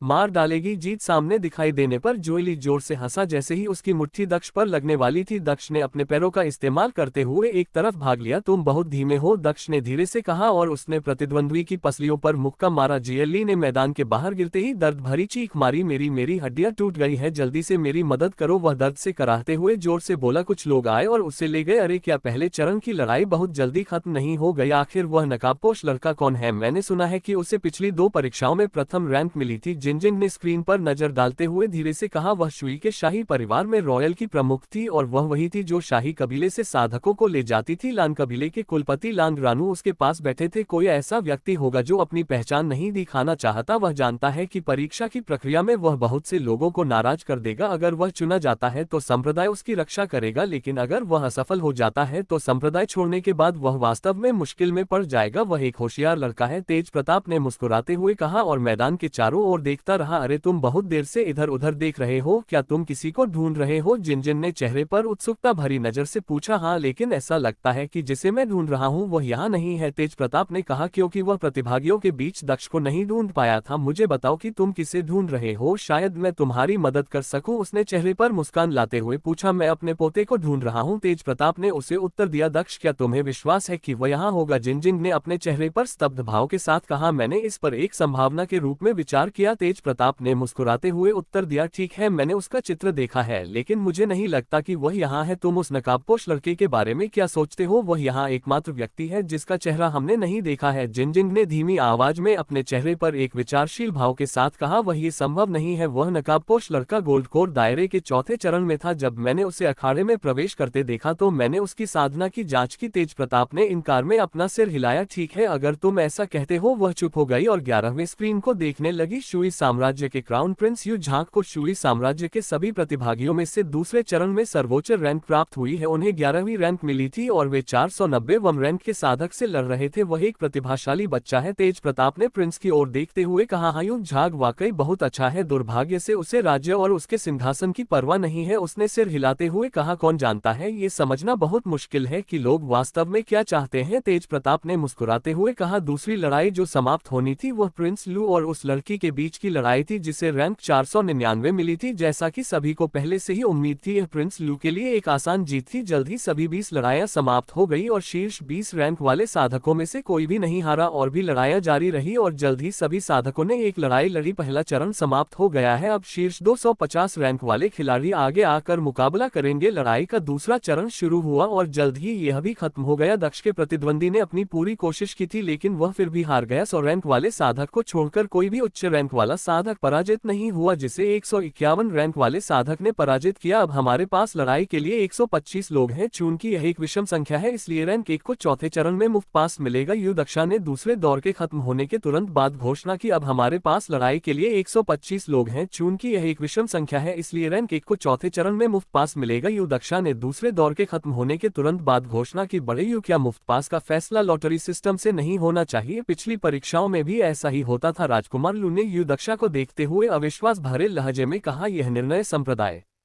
गुरु द्वारा लिया गया था। यदि राजकुमार लू को इस निर्णय से कोई समस्या है तो आप परीक्षा समाप्त होने के बाद संप्रदाय गुरु से बात कर सकते हैं। यू दक्षा ने सख्त लहजे में कहा, मुझे इस निर्णय से कोई समस्या नहीं है। राजकुमार लू ने नीचे देखते हुए कहा, मैं संप्रदाय गुरु के निर्णय के विरुद्ध कैसे जा सकता हूँ? वह इस राज्य में सबसे शक्तिशाली साधक है। मैं पागल नहीं हो गया हूँ कि मैं उससे उसके निर्णय के बारे में बात करूँ। राजकुमार लू ने अपने चेहरे पर एक बदसूरत भाव के साथ सोचा, अगर आपको यह फैसला ठीक लगता है तो जल्दी से मंच पर आ जाए, अब लड़ने की आपकी बारी है। यू दक्षा ने मंच से उतरते हुए कहा, लड़ाई का तीसरा चरण तब शुरू हुआ जब साधकों ने रैंकिंग के लिए लड़ाई शुरू कर दी। युद्ध का तीसरा चरण दूसरे चरण से अधिक समय तक चला। भले ही प्रतिभागियों की संख्या कम थी, तीसरे चरण में लड़ने वाले लोग परीक्षा के शीर्ष साधक थे। दक्ष ने लड़ाइयों को बड़ी दिलचस्पी से देखा क्योंकि उसे स्वयं लड़ाई में भाग लेने की आवश्यकता नहीं थी। हालांकि उसने सभी लड़ाइयां देखी लेकिन उसे सबसे ज्यादा परवाह शुई साम्राज्य की लड़ाइयों की थी, खासतौर पर उन लोगों की लड़ाइयां की जिन्हें वह जानता था। तीसरा राउंड आखिरकार खत्म हो गया और शीर्ष 75 का फैसला हो गया। शुई साम्राज्य से बहुत कम लोग शीर्ष 75 में चुने जाने में कामयाब रहे थे। शीर्ष 75 में जिन लोगों को दक्ष जानता था वे क्रमशः रैंक 11 और रैंक 26 पर क्राउन प्रिंस यू झांग और किनरुओ थे। रैंक 51 डक्सन किंगडम से प्रिंस लैन था। 64वां रैंक शई से पहली राजकुमारी यूमिया की थी। रैंक 68 दूसरे राजकुमारा आव, रैंक 71 तीसरे राजकुमार यूमिंग, रैंक 73 आयशा और रैंक 75 गु कबीले के युवा मास्टर गु नांगली थे। शुई की दूसरी राजकुमारी और तीसरी राजकुमारी नताशा संप्रदाय प्रवेश परीक्षा के तीसरे चरण को पास करने में असफल रही। तीसरे चरण में पराजित होने वालों को भी मौका मिलेगा। रैंक 76 से रैंक 150 तक के लोगों के बीच अलग अलग लड़ाइयां होंगी जिसमें उनमें से शीर्ष 25 का निर्धारण किया जाएगा। वे रैंक 76 से रैंक 100 तक की रैंकिंग ले जाएंगे। इस प्रकार केवल 100 साधक ही पास होंगे। जो लोग तीसरे चरण में उत्तीर्ण हुए हैं वे पहले ही परीक्षा पास कर चुके हैं और अपनी पसंद के संप्रदाय चुन सकते हैं और वे बाहरी संप्रदाय के शिष्य बन जाएंगे। लेकिन उन्हें अभी भी आगे संघर्ष करना होगा क्योंकि हमें शीर्ष 75 की रैंकिंग तय करनी है। बेहतर रैंकिंग वाले लोगों को और भी बेहतर पुरस्कार पाने का मौका मिलेगा। यू दक्षा मंच पर आए और प्रतिभागियों से कहा, जो लोग तीसरे राउंड में हार गए थे वे एक बार फिर उत्साहित हो गए क्योंकि उन्हें एक और मौका मिला। ये फिर से विषम संख्या है इसलिए रैंक 1 को एक बार फिर मुफ्त पास मिलेगा। यू दक्षा ने मुस्कुराते हुए कहा, एक और मुफ्त पास दक्ष शिम तुम? राजकुमार लू ने गुस्से में अपना चेहरा विकृत करते हुए कहा। शुरुआती प्रतिक्रिया के बाद वह खुद को शांत करने में कामयाब रहा। राजकुमार लू मंच की ओर चले, हालांकि उनका दिल अभी भी गुस्से से भरा हुआ था। अरे मैं शुई राज्य से गु आनली हूँ, तुम भले ही दूसरे स्थान पर हो लेकिन तुम्हारी साधना दब जाने के कारण हम दोनों की ताकत समान है। मैं निश्चित रूप से तुम्हारी रैंक छीन लूंगा, गु नांदली ने मुस्कुराते हुए कहा और जर निकाल लिया एक गोल्डन ग्रेड हथियार चमकता चाक। ऐसा लगता है कि ग कबीले वास्तव में उसे एक अच्छा रैंक देना चाहते हैं। उन्होंने एक बच्चे को अपना खजाना हथियार दिया, तेज प्रताप ने धीरे से कहा और उसके चेहरे पर एक दिलचस्प मुस्कान दिखाई दी। वह जीत नहीं सकता क्या? वह वास्तव में सोचता है कि प्रथम श्रेणी के राज्य के युवराज के पास कोई अच्छा हथियार नहीं है। इसके अलावा भले ही वे अभी एक ही साधना क्षेत्र में हो, उनके अनुभव और कौशल के बीच बहुत बड़ा अंतर है। शाही प्रमुख जिनजिंग ने इस मामले पर अपनी राय दी। क्या तुम सच में सोचते हो कि तुम्हारा एक चाकू मुझे हराने में तुम्हारी मदद कर सकता है? ऐसा लगता है कि मुझे वास्तव में कुछ ताकत दिखाने की जरूरत है ताकि तुम लोग मुझे गंभीरता से लो, राजकुमार लू ने कहा और उसका चेहरा गुस्से से लाल हो गया। रेसर या स्टेप्स, उसने अपनी चाल कौशल का इस्तेमाल करते हुए बड़बड़ा। हालांकि साधना में प्रतिबंध के कारण उसकी गति शिखर से बहुत कम थी, फिर भी यह गुनांदली के लिए प्रतिक्रिया करने के लिए बहुत तेज थी। जैसे ही गुनांदली हमला करने के लिए तैयार हुआ, एक मुक्का उसके पेट पर लगा और वह बाहर गिर गया। वह दीवार से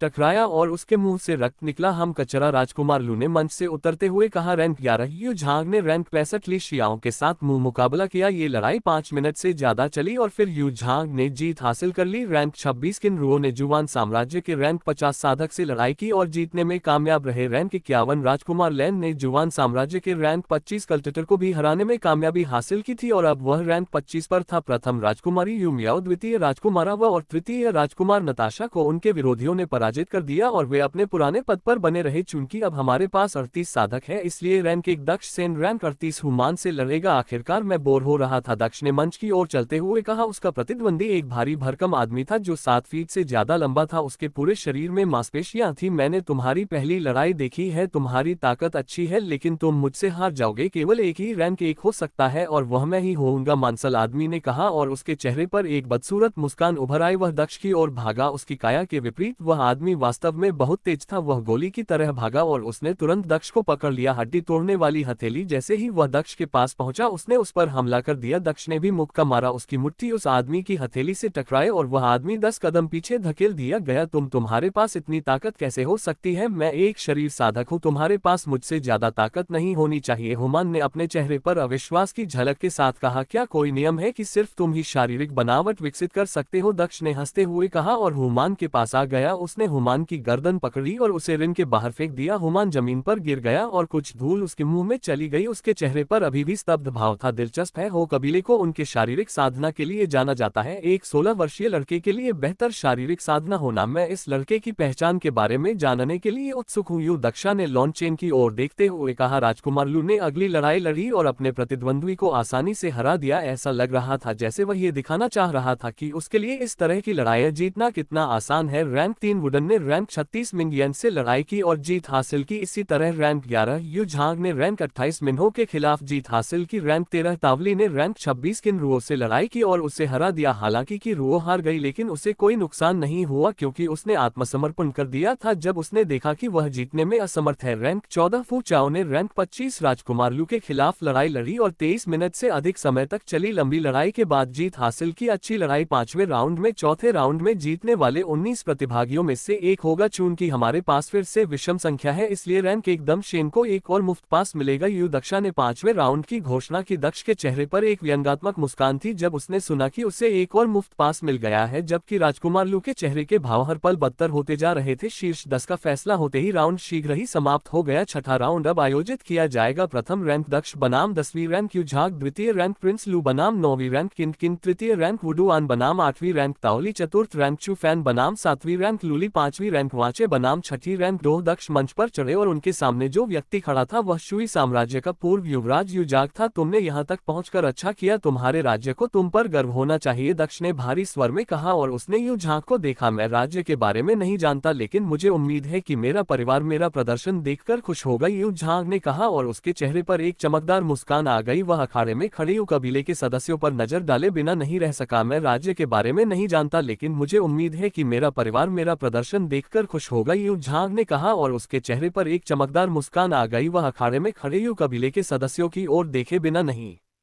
रह सका। हालांकि आपकी यात्रा यही समाप्त हो जाएगी, लेकिन मुझे यकीन है कि आपने उन्हें पहले ही गौरवान्वित कर दिया है। दक्ष ने यू झांग को घूरते हुए कहा, मैं अभी तक पराजित नहीं हुआ हूँ। यू झांग ने अपनी जगह से चलते हुए कहा। वह इतनी तेजी से आगे बढ़ रहा था कि ऐसा लग रहा था कि वह गायब हो गया है, लेकिन बुजुर्ग और उच्च साधना वाले लोग उसकी हरकतें देख सकते थे। उस लड़के ने पवनसार को समझ लिया है। उसकी उम्र के हिसाब से यह बहुत अच्छी बात है। कोई आश्चर्य नहीं कि वह दूसरे दर्जे के राज्य से होने के बावजूद इतनी अच्छी रैंक पा सकता है। यू दक्षाओं ने यू झा को दिलचस्पी से देखा, यहाँ तक कि शाही प्रमुख जिनजिन भी अखाड़े में लड़ाई देखकर खड़ी हो गई थी। तुम्हारे हाव भाव से ऐसा लगता है कि तुम्हें पता नहीं था कि उसने पवन तत्व को समझ लिया है। हालांकि संभावनाएं कम है, फिर भी यह संभव है कि वह लड़का पवन के नियम को समझ ले। तेज प्रताप ने जिनजिन से कहा जब उसने उसके हाव भाव देखे। यह इतना आसान नहीं होगा। कानून को समझना जितना लगता है उससे कहीं ज्यादा मुश्किल है। हालांकि पृथ्वी के दायरे में घुसने के बाद कानून को समझना संभव है, फिर भी राज्य में कोई भी ऐसा करने में कामयाब नहीं हुआ है। यह अपने आप में दिखाता है कि यह कितना मुश्किल है। साम्राज्य में केवल कुछ दुर्लभ लोग ही कानून सीखने में कामयाब हुए हैं। जिनजिन सीट पर बैठ गई और खुद को नियंत्रित किया। हम कभी नहीं जान सकते कि कोई क्या हासिल कर सकता है, कौन जानता है, शायद यू झांग उन दुर्लभ लोगों में से एक होगा। तेज प्रताप ने लड़ाई को देखते हुए हंसते हुए कहा, दिलचस्प, तुमने पवनसार सीखा है। कोई आश्चर्य नहीं कि तुम इतने आत्मविश्वास से भरे दिख रहे थे, लेकिन क्या ये वाकई इतना शांत है? दक्ष मुस्कुराया और अपनी जगह से गायब हो गया। वास्तव में उसकी गति यू झांग से कहीं ज्यादा तेज लग रही थी। क्या एक और व्यक्ति जिसने पवनसार को समझ लिया? राक्षस? वह लड़का एक राक्षस है। एल्डिया ने दक्ष की हरकत को देखते हुए अपने चेहरे पर एक हैरान करने वाली बात कही। यह सिर्फ पवनसार नहीं है, उसकी चाल ढल भी उस लड़के से बेहतर है। मैं भी नहीं बता सकता कि वह चालक क्या है। उस लड़के के पास इतनी अपरत चाल कैसे हो सकती है? यू दक्षा और एल के पास खड़ा था और युद्ध का अवलोकन कर रहा था। यू झा स्तब्ध रह गया। जैसे ही उसका हमला दक्ष पर होने वाला था वह गायब हो गया। यू झांग ने रुककर पलटक अपनी तलवार घुमाई। खटखटाहट। यू झा की तलवार जब दक्ष के चाकू से टकराई तो एक धातु जैसी आवाज आए। चाकू एक गोल्डन ब्रेड कलाकृति थी जिसे दक्ष ने जुवान किंगडम के ट्रेजर पवेलियन की शाखा में लाया था। उसके पास जानवरों के राक्षसी कोर की कमी नहीं थी, क्योंकि उसने कई उच्च स्तरीय जानवरों को हराया था, इसलिए उसे हथियार खरीदने में कोई कठिनाई नहीं हुई। वह नहीं चाहता था कि कोई भी उसके राजा की तलवार को देखे, क्योंकि उसने पहले ही सोच लिया था कि शुई साम्राज्य के लोग वहां मौजूद हो सकते हैं। वे उसे उसकी तलवार की वजह से पहचान सकते थे, इसलिए उसने हथियार के तौर पर एक चाकू खरीदा था। चाकू और तलवार टकराए और यू झाग एक कदम पीछे धकेल दिया गया। 9 आसमानों का प्रहार, यू झाग ने जोर से कहा और अपनी तलवार दक्ष की ओर घुमाई। दक्ष ने हमले को चकमा दिया। मैं संत तलवार के साथ रूपों का उपयोग नहीं कर सकता और मेरे पास कोई अन्य हथियार संबंधी मार्शल कौशल नहीं है। मैं अपने अन्य कौशल भी नहीं दिखाना चाहता। ऐसा लगता है कि मुझे उससे अन्य तरीकों से निपटना होगा। दक्ष ने सोचा और उसने हमले को चकमा दिया। उसने चाकू यू झाग के कंधे की ओर फेंका। यू झाग ने चकमा दिया, लेकिन जैसे ही चाकू उसके पास से गुजरा उसे खतरनाक एहसास हुआ। उसने एक तरफ देखा और मैं हार मानता हूँ, उसने कहा और अपनी तलवार जमीन पर गिरा दी। दक्ष के हाथ में एक और चाकू था जो उसकी गर्दन से बस कुछ इंच की दूर पर था। उसे पता था कि वह हार चुका है। यह एक अच्छी लड़ाई थी। दक्ष ने अपनी गर्दन से चाकू निकालते हुए कहा, हाँ, मुझे उम्मीद नहीं थी कि तुम्हारे पास ऐसे 2 चाकू होंगे। दया दिखाने के लिए धन्यवाद। यू झांग ने अपने चेहरे पर एक व्यंग्यपूर्ण मुस्कान के साथ कहा। उसने थोड़ा झुका और फिर तलवार उठाई और अखाड़े से बाहर निकल गया। दूसरी और तीसरी लड़ाई भी समाप्त हो गई थी। दूसरे दर्जे के राजकुमार लू और तीसरे दर्जे के वो द्वान जीत गए थे। चौथी और पांचवी लड़ाई काफी लंबी चली, लेकिन अंततः विजेता का फैसला हो गया। चौथे रैंक के चुफैन और छठे रैंक के डोह ने जीत हासिल की। अब डोह 5वें रैंक पर थे। ठीक है,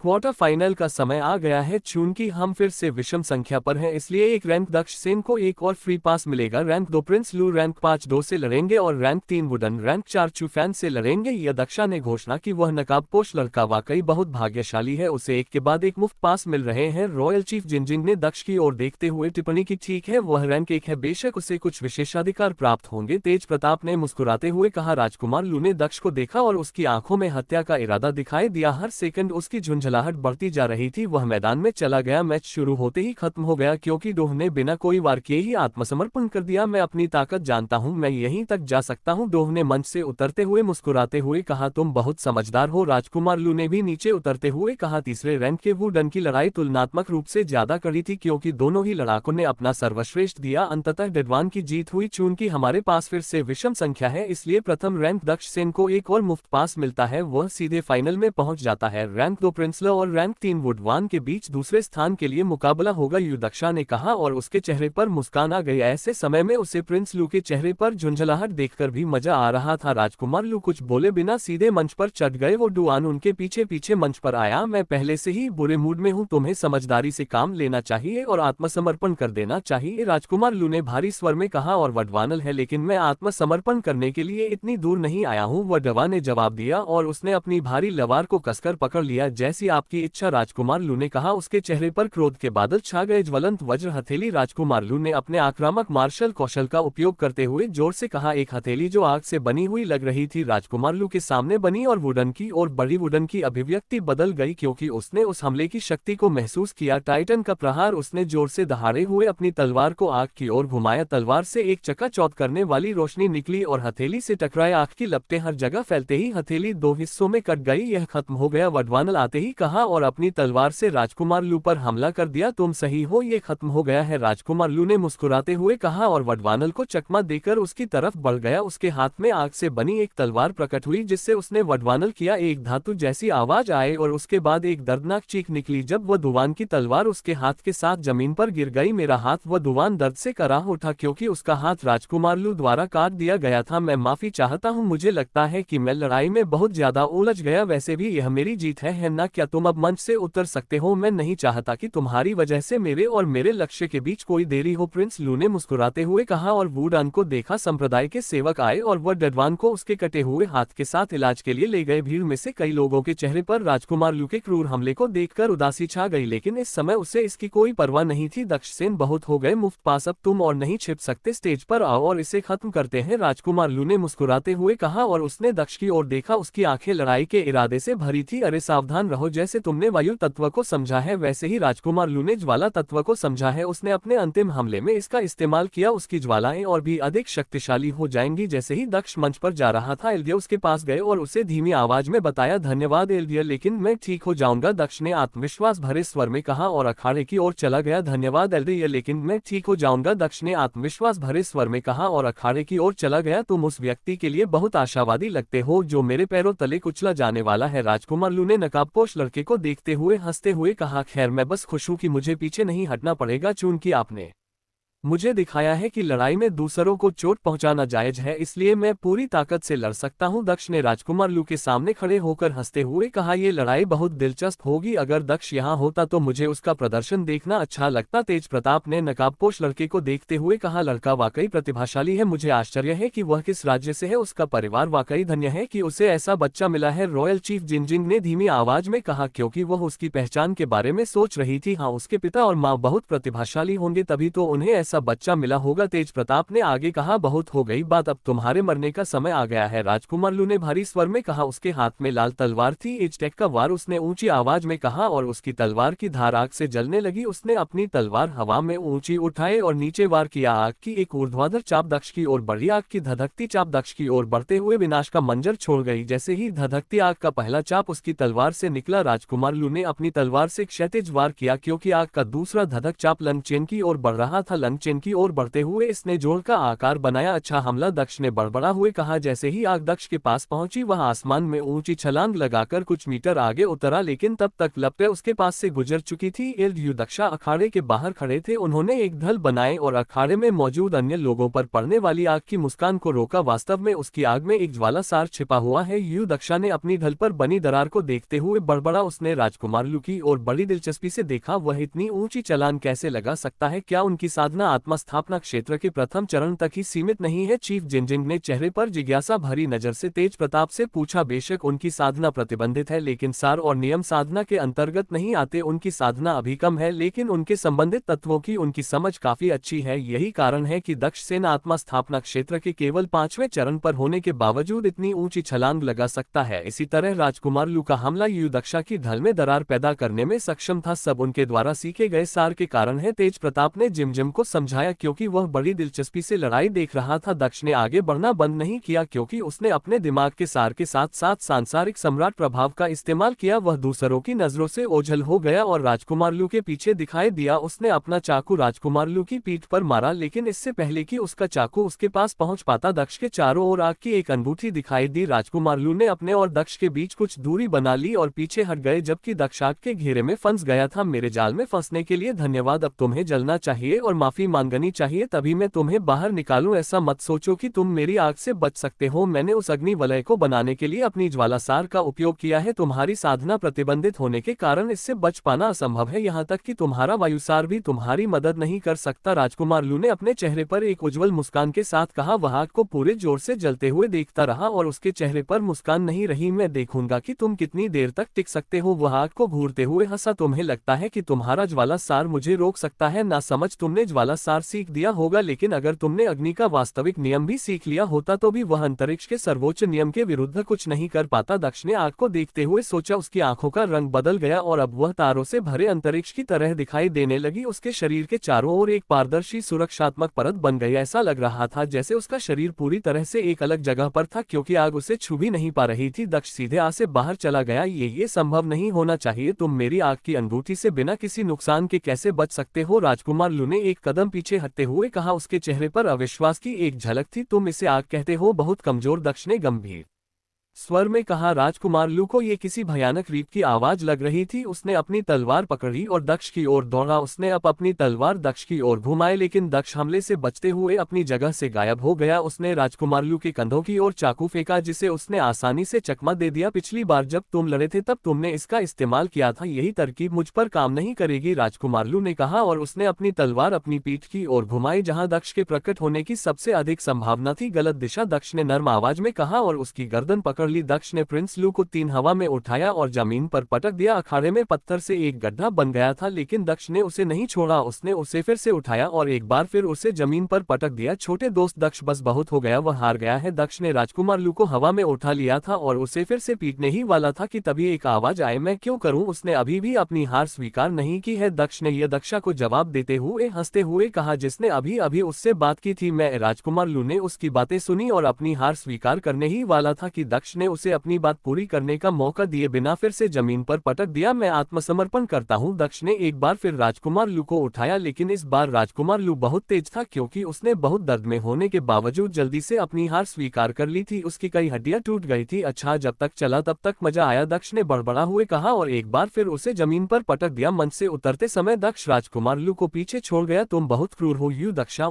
ने भों सिकोड़ना चाहिए था जब किसी का हाथ काट दिया गया था। हो सकता है कि मैंने आपकी चुप्पी को गलत समझा हो, क्योंकि यह अनुमति थी। दक्ष ने यू दक्षाओं का सामना करते हुए हंसते हुए कहा। कुछ नौकर मंच पर आए और राजकुमार लू को इलाज के लिए ले गए। ठीक है, परीक्षाएं समाप्त हो गई है। पुरस्कार और चयन समारोह यही 5-6 घंटे में शुरू होगा, यू दक्षा ने कहा और वापस मुड़ा और अखाड़े से बाहर चला गया। दक्ष और बाकी लोग वहीं मैदान में आराम करने लगे। एल्डे दक्ष के साथ पीछे रह गए थे। हमारे पास अभी भी 5 घंटे हैं, क्यों ना मैं तुम्हें संप्रदाय का दौरा कराऊं? हमारे पास कुछ बहुत ही अद्भुत जगह है, एल्डे ने चेहरे पर बड़ी मुस्कान के साथ दक्ष से कहा। कोई बात नहीं बड़े साहब, मुझे कहीं जाने का मन नहीं है। ओह ठीक है, क्या सभी संप्रदाय के गुरु समारोह के लिए यहाँ आएंगे? हाँ, वे सभी 5 आएंगे। थंडर जायंट सेक्ट के लोगों के बारे में क्या? मैंने सुना है कि वे यहाँ परीक्षाएं देखने आए थे। मैंने उन्हें यहाँ नहीं देखा, लॉन्ग बीन ने अपने चेहरे पर उलझन भरी नजर के साथ पूछा। उनका एक विशेष दर्जा है, इसलिए हमने उन्हें एक दर्शक दर्पण दिया। उन्होंने अपने कमरे में आराम से बैठकर सब कुछ देखा। मुझे यकीन है कि वे संप्रदाय के गुरुओं के साथ आएंगे। ओह यह अच्छा है, दक्ष ने अपने मुखौटे के पीछे मुस्कुराते हुए कहा। छोटे दोस्त, क्या आप थंडर जायंट संप्रदाय में शामिल होना चाहते हैं? दक्ष के जवाब की प्रतीक्षा किए बिना एल्डर ने फिर से बात की। मुझे यकीन है कि आपको थंडर जायंट संप्रदाय में ले जाया जाएगा, लेकिन आपको उससे पहले हमारे संप्रदाय में शामिल होना चाहिए। हमारे संप्रदाय के गुरु थंडर जायंट संप्रदाय में आपके स्थानांतरण की व्यवस्था करेंगे, एल्डर ने मुस्कुराते हुए कहा। ओह चिंता मत करो, मैं वही कर रहा हूँ जो मुझे करना चाहिए, दक्ष ने कहा और उसके मुखौटे के पीछे उसके चेहरे पर एक गंभीरता दिखाई दी। समय बीतता गया और जल्द ही 5 घंटे पूरे हो गए। धीरे धीरे अखाड़ा बुजुर्गों से भर गया जो संप्रदाय के गुरुओं का स्वागत करने के लिए पंक्तियों में खड़े थे। कुछ ही समय बाद जुवान साम्राज्य के 5 महान संप्रदायों के संप्रदाय गुरुओं ने अखाड़े में प्रवेश किया। उन सब की नजरें दक्ष पर थी। गौरवशाली पुष्प संप्रदाय के संप्रदाय गुरु सबसे आगे थे, उनके पीछे प्रहार तलवार संप्रदाय के संप्रदाय गुरु थे, फिर सांसारिक पर्वत संप्रदाय के संप्रदाय गुरु थे, उनके पीछे तैरते बादल संप्रदाय के संप्रदाय गुरु थे। वे सभी शानदार कपड़े पहने हुए थे और उनके चारों ओर एक भारी आभा थी जो उनकी अविश्वसनीय शक्ति को प्रदर्शित कर रही थी। उन सभी ने शानदार कपड़े पहने थे और उनके चारों ओर एक भारी आभा थी जो उनकी अविश्वसनीय शक्ति को प्रदर्शित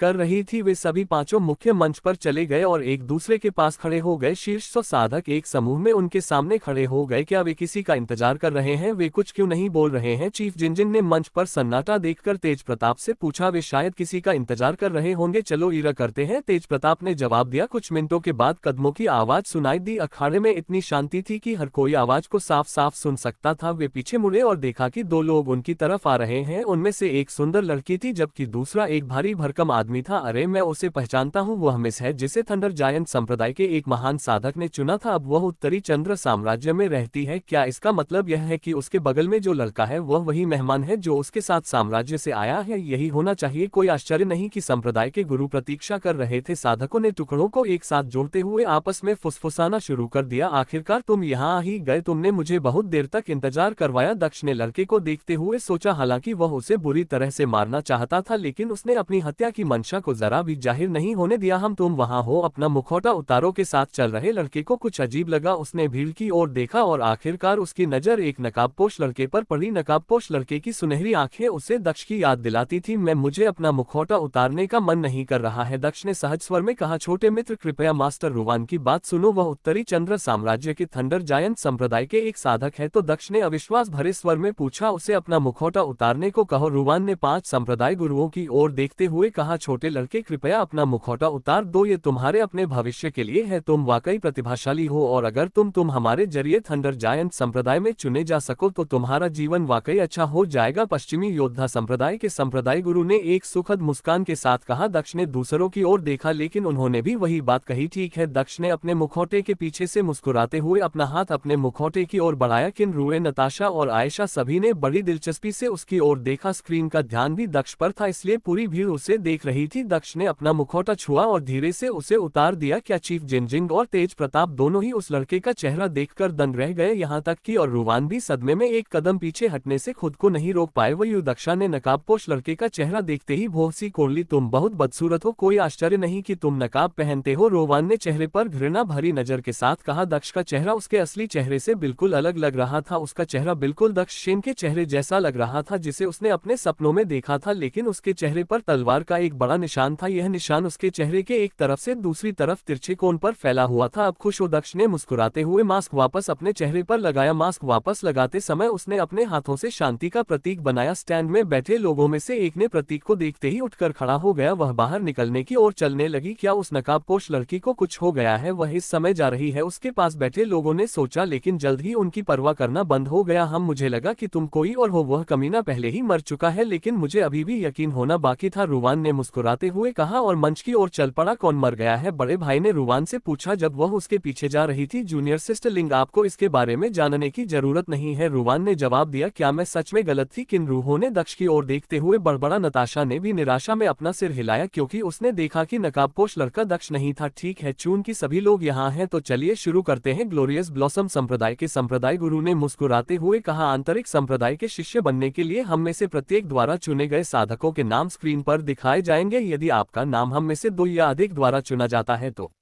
आप अपनी इच्छानुसार संप्रदाय चुन सकते हैं। स्ट्राइकिंग स्वॉट संप्रदाय के संप्रदाय गुरु ने हवा में तैरती हुई बड़ी स्क्रीन की ओर इशारा किया। संप्रदायों के नामों से पहले स्क्रीन पर नामों की 5 सूचियां दिखाई दी। ग्लोरियस ब्लॉसम संप्रदाय ने आंतरिक संप्रदाय शिष्य बनने के लिए 25 साधकों का चयन किया था। स्ट्राइकिंग स्वॉट संप्रदाय ने 28, वेस्टर्न वॉरियर संप्रदाय ने 36 साधकों का चयन किया, फ्लोटिंग क्लाउड संप्रदाय ने 29 साधकों का चयन किया और अर्थी माउंटेन संप्रदाय ने 28 साधकों का चयन किया। किसी को ये जानकर आश्चर्य नहीं हुआ कि सभी 5 संप्रदायों के गुरु गुरुओं की सूची में 50 से अधिक नाम समान थे। इनमें से एक आम नाम डोमक्सिन साम्राज्य का राजकुमार लैन शुई साम्राज्य का राजकुमार युजांग और शुई साम्राज्य का किनरुओ था। शीर्ष 75 में न होने के बावजूद नताशा अपनी ग्रेड 6 प्रतिभा के कारण कल्ट वेटर्स के बीच एक लोकप्रिय नाम थी। आश्चर्य की बात नहीं है कि इनमें से ज्यादातर साधकों ने या तो शानदार फूल संप्रदाय या फिर स्ट्राइकिंग स्वॉर्ड संप्रदाय को चुना। बाकी 3 संप्रदायों को चुनने वाले साधक काफी दुर्लभ थे। राजकुमार लैन ने स्ट्राइकिंग स्वॉर्ड संप्रदाय को चुना, जबकि राजकुमार युजाग, राजकुमारी नताशा और किनरुओ ने ग्लोरियस ब्लॉसम संप्रदाय का आंतरिक शिष्य बनना चुना। परीक्षा में भाग लेने वाले कुछ प्रतिभागी वास्तव में अविश्वसनीय थे और बेहतर स्थान के हकदार थे। हम सभी वेनको को मुख्य शिष्य का पद देने की पेशकश करते हैं। उपचार पूरा होने के बाद उसे संप्रदाय चुनने का अधिकार होगा। उसके द्वारा अपने अनुसार संप्रदाय चुनने के बाद उसे पुरस्कृत किया जाएगा। जहां तक हमारी परीक्षा के अंतिम व्यक्ति और रैंक 1 की बात है, दक्षसेन आपकी प्रतिभा अविश्वसनीय है और आपको परीक्षा की शुरुआत में ही हमारे सभी प्रस्तावों के बारे में बता दिया गया था। आपने कहा था कि आप अंत में निर्णय लेंगे। मुझे आशा है कि आपको यात्रा अच्छी लगी होगी, लेकिन अब आपके लिए चुनने का समय आ गया है। आप हमारे किस संप्रदाय को चुनेंगे? स्ट्राइकिंग स्वॉर्ड संप्रदाय के संप्रदाय गुरु ने दक्ष की ओर देखते हुए कहा, मैंने पश्चिमी योद्धा संप्रदाय को चुना है। दक्ष ने मुस्कुराते हुए कहा, क्या सभी संप्रदाय के गुरुओं के चेहरे पर भाव बदल गए और उनके चेहरे पर एक शिकन दिखाई दी। पश्चिमी योद्धा संप्रदाय के संप्रदाय गुरु भी चौंक गए, इससे पहले कि उनके चेहरे पर एक बड़ी मुस्कान खेल जाए। क्या ये लड़का पागल हो गया है? आखिर वह 5 संप्रदायों में से सबसे कमजोर संप्रदाय को क्यों चुन रहा है? सांसारिक पर्वतीय संप्रदाय के संप्रदाय गुरु ने भोसड़ी से, मेरे पास आओ छोटे दोस्त, मैं तुम्हें इनाम देता हूँ। पश्चिमी योद्धा संप्रदाय के संप्रदाय गुरु ने मुस्कुराते हुए दक्ष को सबसे चमकदार मुस्कान के साथ देखा। एक बार और सोचो छोटे दोस्त, तुम्हें एक मजबूत संप्रदाय चुनना चाहिए। ग्लोरियस ब्लॉसम संप्रदाय के संप्रदाय गुरु ने भारी स्वर में दक्ष से कहा, मैंने पहले ही अपना चुनाव कर लिया है। दक्ष ने मंच की ओर चलते हुए कहा, सहयोग से। पश्चिमी योद्धा संप्रदाय के संप्रदाय गुरु मंच के दूसरे कोने पर खड़े थे, रुवान के ठीक बगल में। रुवान के दूसरी ओर ग्लोरियस मौसम संप्रदाय के संप्रदाय गुरु खड़े थे। दक्ष मंच पर चढ़े और सभी संप्रदाय के गुरुओं के पास से गुजरते हुए पश्चिमी योद्धा संप्रदाय के गुरु के पास पहुंचे। दक्ष 3 संप्रदाय गुरुओं के पीछे से चला और अंततः ग्लोरियस ब्लॉसम संप्रदाय गुरु के सामने पहुंचा। तुम्हारे पास अभी भी एक मौका है, मेरा संप्रदाय चुनो। ग्लोरियस ब्लॉसम संप्रदाय के संप्रदाय गुरु ने उसे समझाने के प्रयास में एक बार फिर कहा। दक्ष रुका नहीं और एक और कदम आगे बढ़ाया, लेकिन इससे पहले कि उसके पैर जमीन पर पड़ पाते वह गायब हो गया। दक्ष रुवान के पीछे आ गया। उसके हाथ में एक चाकू था जो अब रुवान की गर्दन पर टिका हुआ था। क्या तुम्हें पता है कि तुम क्या कर रहे हो? रुवान ने भारी स्वर में कहा, तुम्हें हिलना नहीं चाहिए छोटे दोस्त, तुम्हारी गर्दन गलती से कट सकती है। दक्ष ने सहज स्वर में कहा, दशेन यह मजाक करने का समय नहीं है, कृपया मास्टर रुवान को छोड़ दे। स्ट्राइकिंग स्वॉर्ड संप्रदाय के संप्रदाय गुरु ने गंभीर स्वर में कहा और अपनी तलवार निकाली। दक्ष का चाकू रुवान की गर्दन पर दबा और उसकी गर्दन पर हल्का सा कट लग गया। कट से रक्त निकलने लगा। उफ, क्या तुम उसे मरवाना चाह रहे हो? अगर मैंने गलती से उसकी गर्दन काट दी होती तो क्या होता? क्या तुम उसके पीछे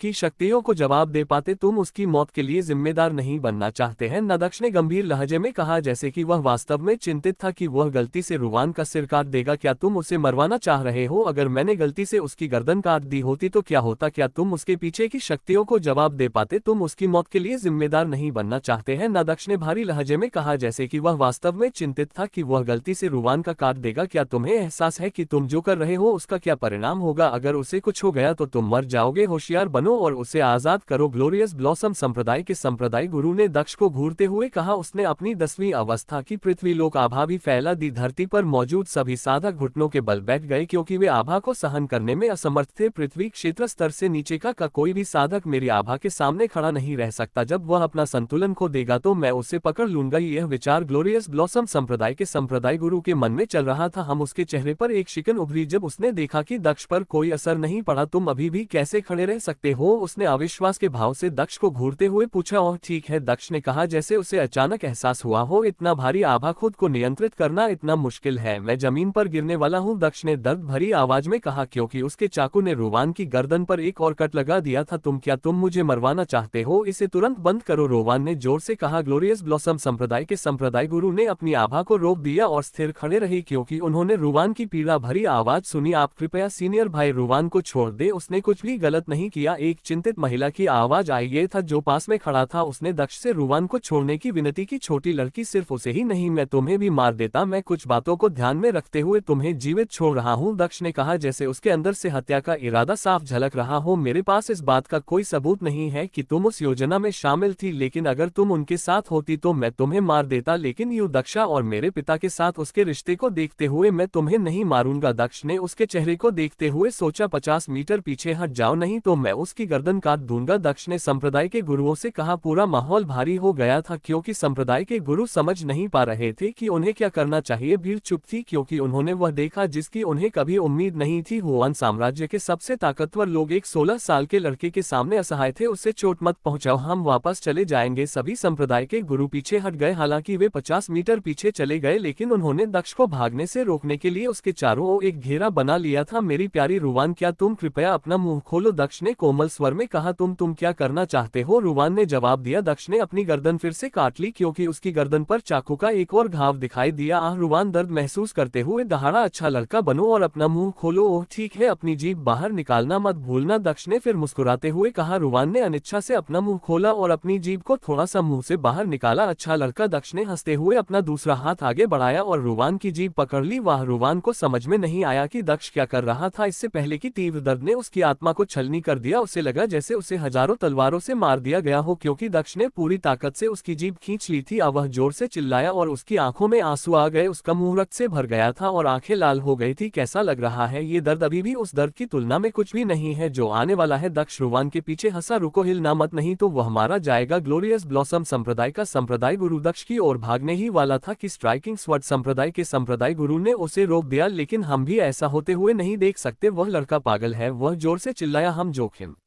नहीं उठा सकते। क्या होगा अगर उसने तुम्हारी वजह से लड़के को मार दिया? स्ट्राइकिंग स्वॉर्ड संप्रदाय के संप्रदाय गुरु ने उसकी ओर देखते हुए कहा। ग्लोरियस ब्लॉसम संप्रदाय के संप्रदाय गुरु ने शांत होकर स्वयं को रोक लिया। इस सारी परेशानी के बीच किसी ने पर ध्यान नहीं दिया जिसने एक संचार ताबीज निकाला और किसी को एक गुप्त संदेश भेजा। एक जगह थी जहाँ क्यूई जवान साम्राज्य की तुलना में बहुत अधिक सघन थी। इमारतें बेहतर तरीके से बनी हुई थी, सड़कें चौड़ी थी और लोग अधिक शक्तिशाली थे। ये जगह उत्तरी चंद्रमा साम्राज्य थी। उत्तरी चंद्र साम्राज्य की राजधानी में कई संप्रदाय स्थापित थे लेकिन उनमें से केवल कुछ ही संप्रदाय ताकत के असली शिखर पर थे। साम्राज्य के सबसे मजबूत संप्रदायों में से एक थंडर जायंट सम संप्रदाय था। संप्रदाय में कई प्रतिभाशाली साधक थे और संप्रदाय का संप्रदाय गुरु साम्राज्य के सबसे मजबूत व्यक्तियों में से एक था। संप्रदाय की इमारतें उत्तरी चंद्र साम्राज्य में पाए जाने वाली सबसे मजबूत सामग्रियों से बनाई गई थी। संप्रदाय ग्लोरियस ब्लॉसम संप्रदाय से बहुत बड़ा था। संप्रदाय में कई साधक थे जिनकी साधना पृथ्वी क्षेत्र से भी ऊंची थी, जिनमें से अधिकांश संप्रदाय के बुजुर्ग थे। ग्रंड एल्डोन में से एक थे, वह आकाश क्षेत्र के साधक थे। वह अपने कमरे में साधना कर रहा था, तभी संचार का ताबीज चमकने लगा। संदेश सुनते ही उसकी भौं तन गई। क्या? वह चौंक कर खड़ा हो गया। वह जल्दी से अपने कमरे से बाहर निकला और संप्रदाय गुरु के कमरे की ओर चलने लगा। कुछ ही मिनटों में वह संप्रदाय गुरु के प्रांगण में पहुंच गया। क्या तुम्हें कुछ चाहिए? थंडर जायंट संप्रदाय के संप्रदाय प्रमुख ने ग्रैंड एल्डर से पूछा जब उसने उसे तेजी से अपनी ओर आते देखा। संप्रदाय गुरु, मुझे 20 हज मील की यात्रा के ताबीज चाहिए। मेरे पास 5 है और मैं आपसे बाकी 15 मांगने आया हूँ।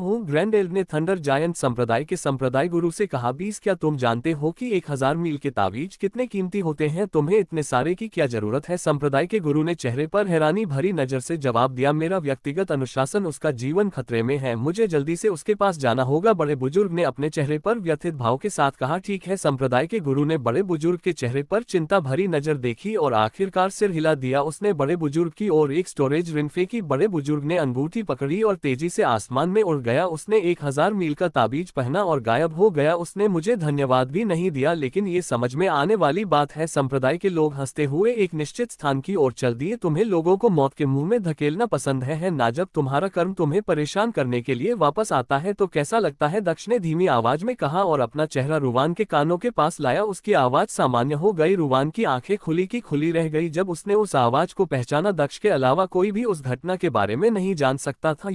उसने कुछ कहने की कोशिश की लेकिन उसका मुंह रक्त से भर गया था और उसकी जीभ गायब थी। कोई भी उसकी कहीं एक भी बात नहीं समझ पाया, लेकिन दक्ष जानता था कि वह क्या कह रहा है। बेशक मैं तुम्हारी देखभाल करने से पहले मर नहीं सकता है ना? दक्ष ने मुस्कुराते हुए रुवान से कहा। अगर तुम उसे मार दोगे तो बच नहीं पाओगे, उसे छोड़ दो और हम अभी भी इस मामले को संभाल सकते हैं। संप्रदाय के गुरुओं ने अभी भी दक्ष को रुवान को मुक्त करने के लिए मनाने की कोशिश की। धन्यवाद, लेकिन आपको मेरी चिंता करने की जरूरत नहीं है, दक्ष ने संप्रदाय के बुजुर्गों से कहा। मेरे शिष्य को चोट पहुंचाने की हिम्मत कौन कर सकता है? एक जोरदार दहाड़ सुनाई दी जब एक बूढ़ा आदमी सबके सिर के ऊपर प्रकट हुआ। उससे एक दबावपूर्ण आभा फैली जिसने पृथ्वी क्षेत्र के साधकों को भी प्रभावित किया। उस आदमी के बाल सफेद थे पर दाढ़ी नहीं थी। वह 40 के आसपास का लग रहा था। मास्टर ने बूढ़े आदमी को देखते हुए उत्साह से पुकारा, तुम मेरे शिष्य को तुरंत छोड़ दो और मैं तुम्हारी मौत को कम दर्दनाक बना दूंगा। ग्रैंड एल्डर हवा से नीचे उतरे और दक्ष के सामने उतरे। माफ करना, मुझे कोई दिलचस्पी नहीं है, दक्ष ने मुस्कुराते हुए कहा और चाकू से वार किया। सभी के चौक के बीच रुवान का सिर उसके धड़ से से अलग हो गया। आके मुंह से एक जोर की चीख निकली और उसकी आंखों में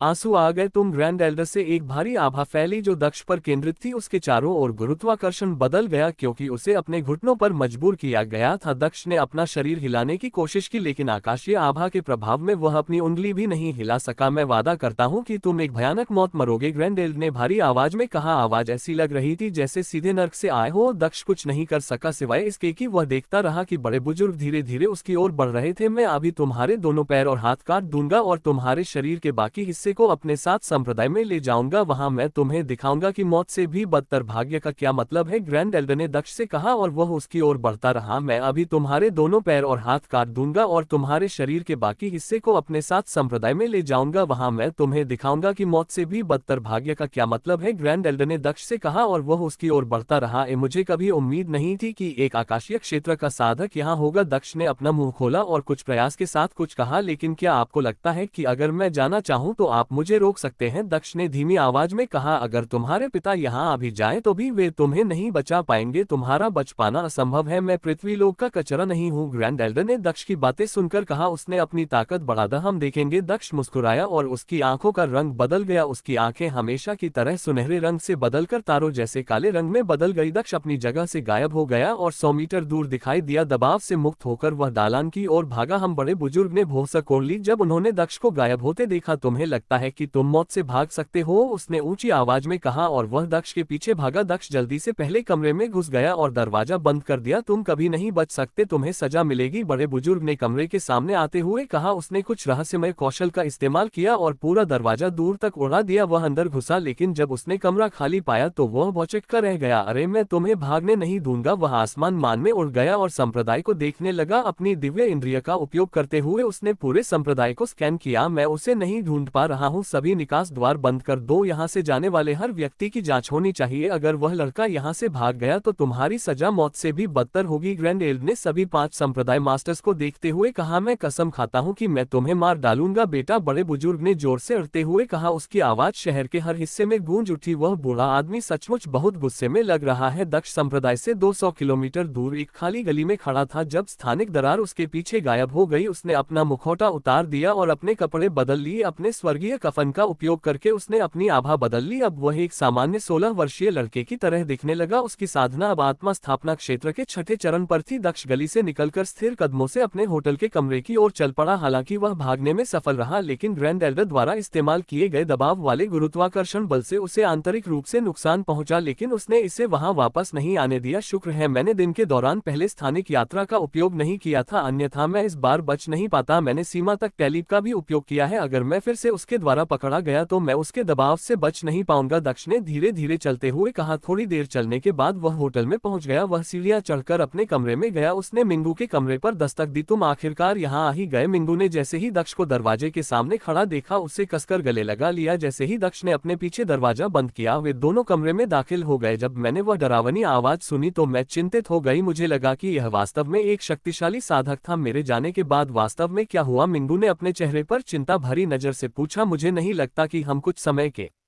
लिए शहर छोड़ सकते हैं। यहाँ एक आकाशीय क्षेत्र का साधक है, वह कहीं से प्रकट हो। पता चला कि वह रुवान और का गुरु था। दक्ष ने कुर्सी पर बैठते हुए उसे बताया, क्या आकाश लोक का साधक यहाँ क्या कर रहा है? क्या उसे उत्तरी चंद्र साम्राज्य में नहीं होना चाहिए? मिंग्यू ने आश्चर्य से कहा, मुझे सच में कुछ नहीं पता, बस इतना पता है कि वह पागलों की तरह पूरे शहर में मेरी तलाश करेगा। यह अच्छा है कि किसी को नहीं पता कि मैं कैसा दिखता हूँ, दक्ष ने चेहरे पर गंभीर भाव के साथ कहा। यह पहले से ही अच्छा है कि आप एक आकाशीय क्षेत्र के साधक से बच निकलने में कामयाब रहे। मिंगू ने अपने चेहरे पर राहत भरी नजर के साथ कहा, जब तक वह ये नहीं जानता कि तुम कैसी दिखती हो तब तक उसके लिए तुम्हें ढूंढना बहुत मुश्किल होगा। तुम्हारी नकली साधना भी हमारी मदद करेगी, हमें बस कुछ समय के लिए चुपचाप रहने की जरूरत है, उसके बाद ही सब कुछ शांत होगा। मिंगू ने दक्ष से कहा जब वह उसकी ओर देख रही थी, केवल समय ही बता सकता है, हमें किसी भी चीज के लिए तैयार रहना चाहिए। दक्ष ने नर्म आवाज में कहा, मैं तुम्हारे कमरे में रहूंगा, मैं अपनी शक्ति को विकसित करूंगा और पुनः प्राप्त करूंगा, अगर कुछ हो तो मुझे जगह देना, दक्ष ने कहा और कुर्सी से उठकर एक कोने की ओर चला गया और बैठ गया। उसने अपनी आंखें बंद कर ली और साधना शुरू कर दी। वह नकाबपोश लड़का, वह केवल युवा मास्टर दक्षी हो सकता है। मुझे विश्वास नहीं हो रहा है कि वह वास्तव में थंडर जायंट संप्रदाय के एक साधक को मारने में सफल रहा। साम्राज्य के साधक भयंकर होते हैं। मुझे लॉकडाउन और अन्य संबंधित चीजों के बारे में जानकारी देकर उसकी मदद करनी होगी। भीड़ के बीच एक लड़की थी जो संप्रदाय में हो रही हर चीज को ध्यान से देख रही थी। वह हुआजियाई साम्राज्य के राजा राजकुमारी जिक की बहन थी। पूरा शहर अराजक में था। पूरे शहर में तालाबंदी थी, यहाँ तक कि शाही परिवार भी शामिल था और उसने शहर से बाहर जाने वाले सभी रास्ते बंद कर दिए थे। लड़के की तलाश के लिए ज्यादातर पृथ्वी लोक के साधकों का इस्तेमाल किया गया। पांचों संप्रदायों के संप्रदाय गुरुओं द्वारा दिए गए विवरण से लंग चेन का एक चित्र बनाया गया। चित्र शहर के सभी रक्षकों को वितरित किए गए। थंडर जायंट संप्रदाय के ग्रैंड एल्डर ने अपने हाथ में एक का पकड़ा हुआ था। ये दक्ष का चित्र था, लेकिन उसे नहीं पता था कि चित्र में दिख रहा व्यक्ति दक्ष नहीं बल्कि दक्षसेन था। उसे इस बात का बिल्कुल भी अंदाजा नहीं था कि दक्ष एक स्वर्गीय कलाकृति का इस्तेमाल कर रहा होगा जिसकी मदद से वह अपना रूप बदल पाया। यहाँ तक कि पृथ्वी क्षेत्र के साधक भी कुछ अजीब महसूस नहीं कर पाए। वह चित्र को देखते हुए गहरी सोच में डूबा हुआ था। वह मेरी पकड़ से कैसे बच पाया? वो टेलीपोर्टेशन, उसके पास ऐसा तावीज कैसे हो सकता है जो उसे अपनी स्थिति बदलने में सक्षम बनाता है? अगर यह संभव भी था तो वह उस तावीज का इस्तेमाल कैसे कर पाया? उसे एक उंगली भी नहीं हिला चाहिए थी। तावीज का इस्तेमाल तो दूर की बात है। बड़े बुजुर्ग ने सोचा, क्या वह किसी दूसरे साम्राज्य द्वारा भेजा गया हत्यारा था? वह रुवान के पीछे क्यों पड़ा था? क्या रुवान ने किसी को अपमानित करने के लिए कुछ किया था या उसका इरादा मुझे अप्रत्यक्ष रूप से चोट पहुंचाना था? ग्रैंड एल्डर जमीन पर तैरते हुए आए और के सामने उतरे। मुझे बताओ लिंग, तुम लोगों ने संप्रदाय छोड़ने के बाद क्या किया? मुझे सब कुछ बताओ, एक भी विवरण छोड़े बिना। ग्रैंड एल्डर ने पूरी गंभीरता से पूछा। हाँ गुरुजी, संप्रदाय छोड़ने के बाद हमने उन्हें संप्रदाय छोड़ने के बाद घटित हुई सारी बातें बतानी शुरू की। हम उन दो लोगों के साथ उस प्राचीन मकबरे से चले गए। जुवान साम्राज्य की अपनी यात्रा के बीच में मैंने पीछे मुड़कर देखा तो पाया कि वे दोनों गायब थे। मैंने सीनियर सिस्टर में और सीनियर ब्रदर रुवान से पूछा कि वे कहाँ हैं। उनका जवाब था कि उन दोनों ने जमीन पर उतरने के लिए कहा था। उनका एक अलग गंतव्य था, इसलिए सीनियर सिस्टर मैंने उनकी मदद की और उन्हें फिर से हवा में उड़ने से पहले जमीन पर छोड़ दिया। हम जुवा साम्राज्य में आए और ग्लोरियस ब्लॉसम संप्रदाय में रहे। थोड़ी देर बाद हम सभी को पता चला कि उस मकबरे में जो कलाकृतियां हमें मिली वे सभी नकली थी। हमारी किसी भी अंगूठी में कोई कलाकृतियां नहीं थी। सीनियर सिस्टर मेन जल्दी में अपने कमरे में वापस चली गई। बाहर आने के बाद वह बुरे मूड में दिखी और उन्होंने कहा कि वह जा रही है। हम दोनों ही संप्रदाय में ही रहे जबकि वरिष्ठ बहन चली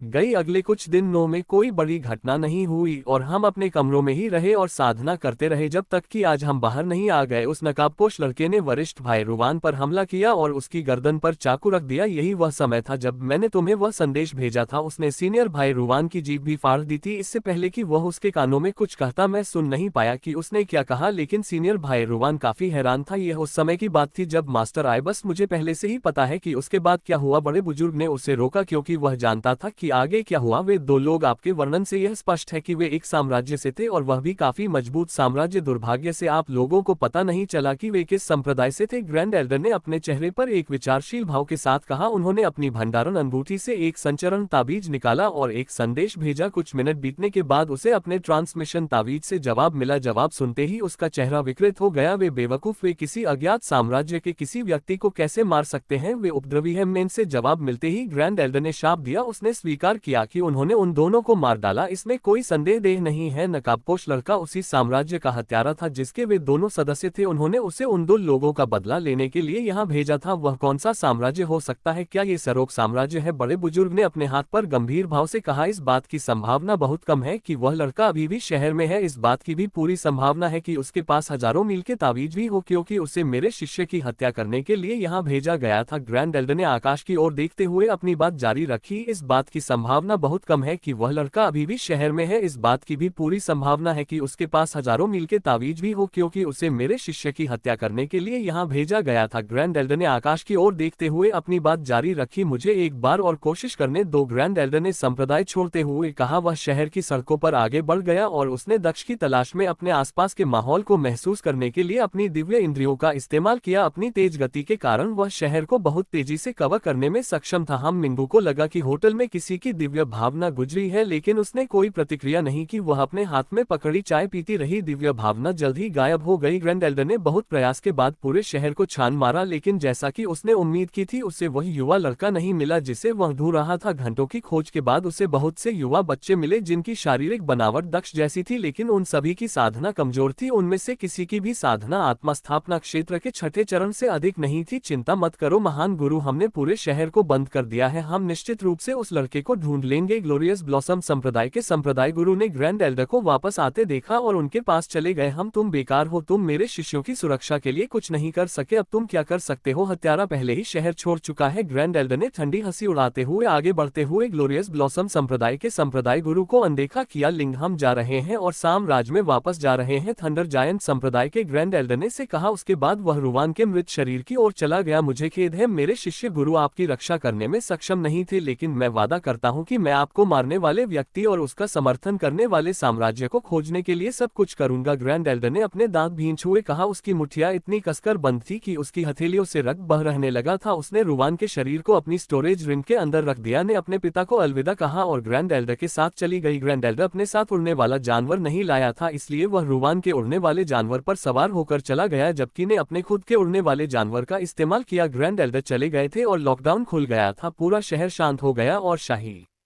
परिवार ने राहत की सांस ली, क्योंकि रुवान की हत्या के बाद संपत्ति का कोई नुकसान नहीं हुआ था। उन्हें चिंता थी कि अगर वे हत्यारे को नहीं ढूंढ पाए तो थंडर जायंट संप्रदाय के ग्रैंड एल्डर उनके राज्य को नष्ट कर देंगे। शुक्र है कि बड़े बुजुर्ग ने अपने क्रोध पर नियंत्रण रखा और जाते समय कोई विनाश नहीं किया। अल्पविराम, आखिर वह लड़का कौन था? उसने मास्टर रुवान को मार डाला और स्काई रियल मिल्ट के सामने शहर से भाग गया। वह लड़का, क्या वह वास्तव में किसी दूसरे साम्राज्य से था? शुक्र है हमने उस लड़के पर हमला नहीं किया। स्ट्राइकिंग स्वॉर्ड संप्रदाय के संप्रदाय मास्टर ने कहा। मैं सोच रहा था कि 7वीं कक्षा की प्रतिभा कैसे हो सकती है, तो वह एक साम्राज्य से था। अब ये बात ज्यादा समझ में आती है। सांसारिक पर्वतीय संप्रदाय के संप्रदाय गुरु ने जवाब दिया। आज इतना कुछ हो गया है, हमारे संप्रदाय के महान बुजुर्ग अभी तक यहाँ क्यों नहीं है? क्या उन्हें वास्तव में हमारे संप्रदाय की तुलना में अपनी साधना की अधिक परवाह है? गौरवशाली पुष्प संप्रदाय के संप्रदाय गुरु ने चेहरे पर क्रोध के साथ युदक्षा से पूछा। मुझे कारण नहीं पता गुरुजी, युदक्षा ने जवाब दिया। भूल जाओ, मैं खुद जाकर उससे बात करूंगा। ग्लोरियस ब्लॉसम संप्रदाय के संप्रदाय गुरु ने जाते हुए झुंझलाहट में कहा। थोड़ी देर में वह बर्फीले पहाड़ पर पहुंच गया। संप्रदाय गुरु प्रांगण के प्रवेश द्वार पर खड़े दोनों पहरेदार ने झुककर प्रणाम किया। जब उन्होंने संप्रदाय गुरु को अपनी ओर आते देखा, उठो, क्या महापुरुष अभी भी अंदर है? उसने पहरेदार से पूछा। हाँ गुरुजी, पिछले 5 दिनों से बड़े बुजुर्ग अपने आंगन से बाहर नहीं निकले हैं। हम इतने हंगामे के बाद भी मैं खुद जाकर देखता हूँ कि वह किसमें इतना व्यस्त है। ग्लोरियस ब्लॉसम संप्रदाय के संप्रदाय गुरु ने बहुत जोर से दरवाजा धक्का दिया। दरवाजा टूट गया और संप्रदाय गुरु अंदर दाखिल हुए। वह बड़े बुजुर्ग की तलाश में आंगन से होते हुए उनके शयन कक्ष तक पहुंच गया। क्या बात है? उसकी आंखें चौंक कर चौड़ी हो गई। वह एक कदम भी आगे नहीं बढ़ पा रहा था। ग्रैंड एल्डर संप्रदाय का दूसरा सबसे शक्तिशाली साधक उसके सामने पड़ा था। यद्यपि ग्रैंड एल्डर केवल 7वें चरण के पृथ्वी क्षेत्र साधक थे और संप्रदाय मास्टर की तुलना में काफी कमजोर थे, जिनके पास 10वें चरण के पृथ्वी क्षेत्र साधक की साधना थी, फिर भी वे काफी मजबूत थे। किसने किया? क्या वह नकाबपोश लड़का था? हाँ, ये कैसे हो सकता है? वह वहीं खड़ा रहा, कुछ समझ नहीं पाया।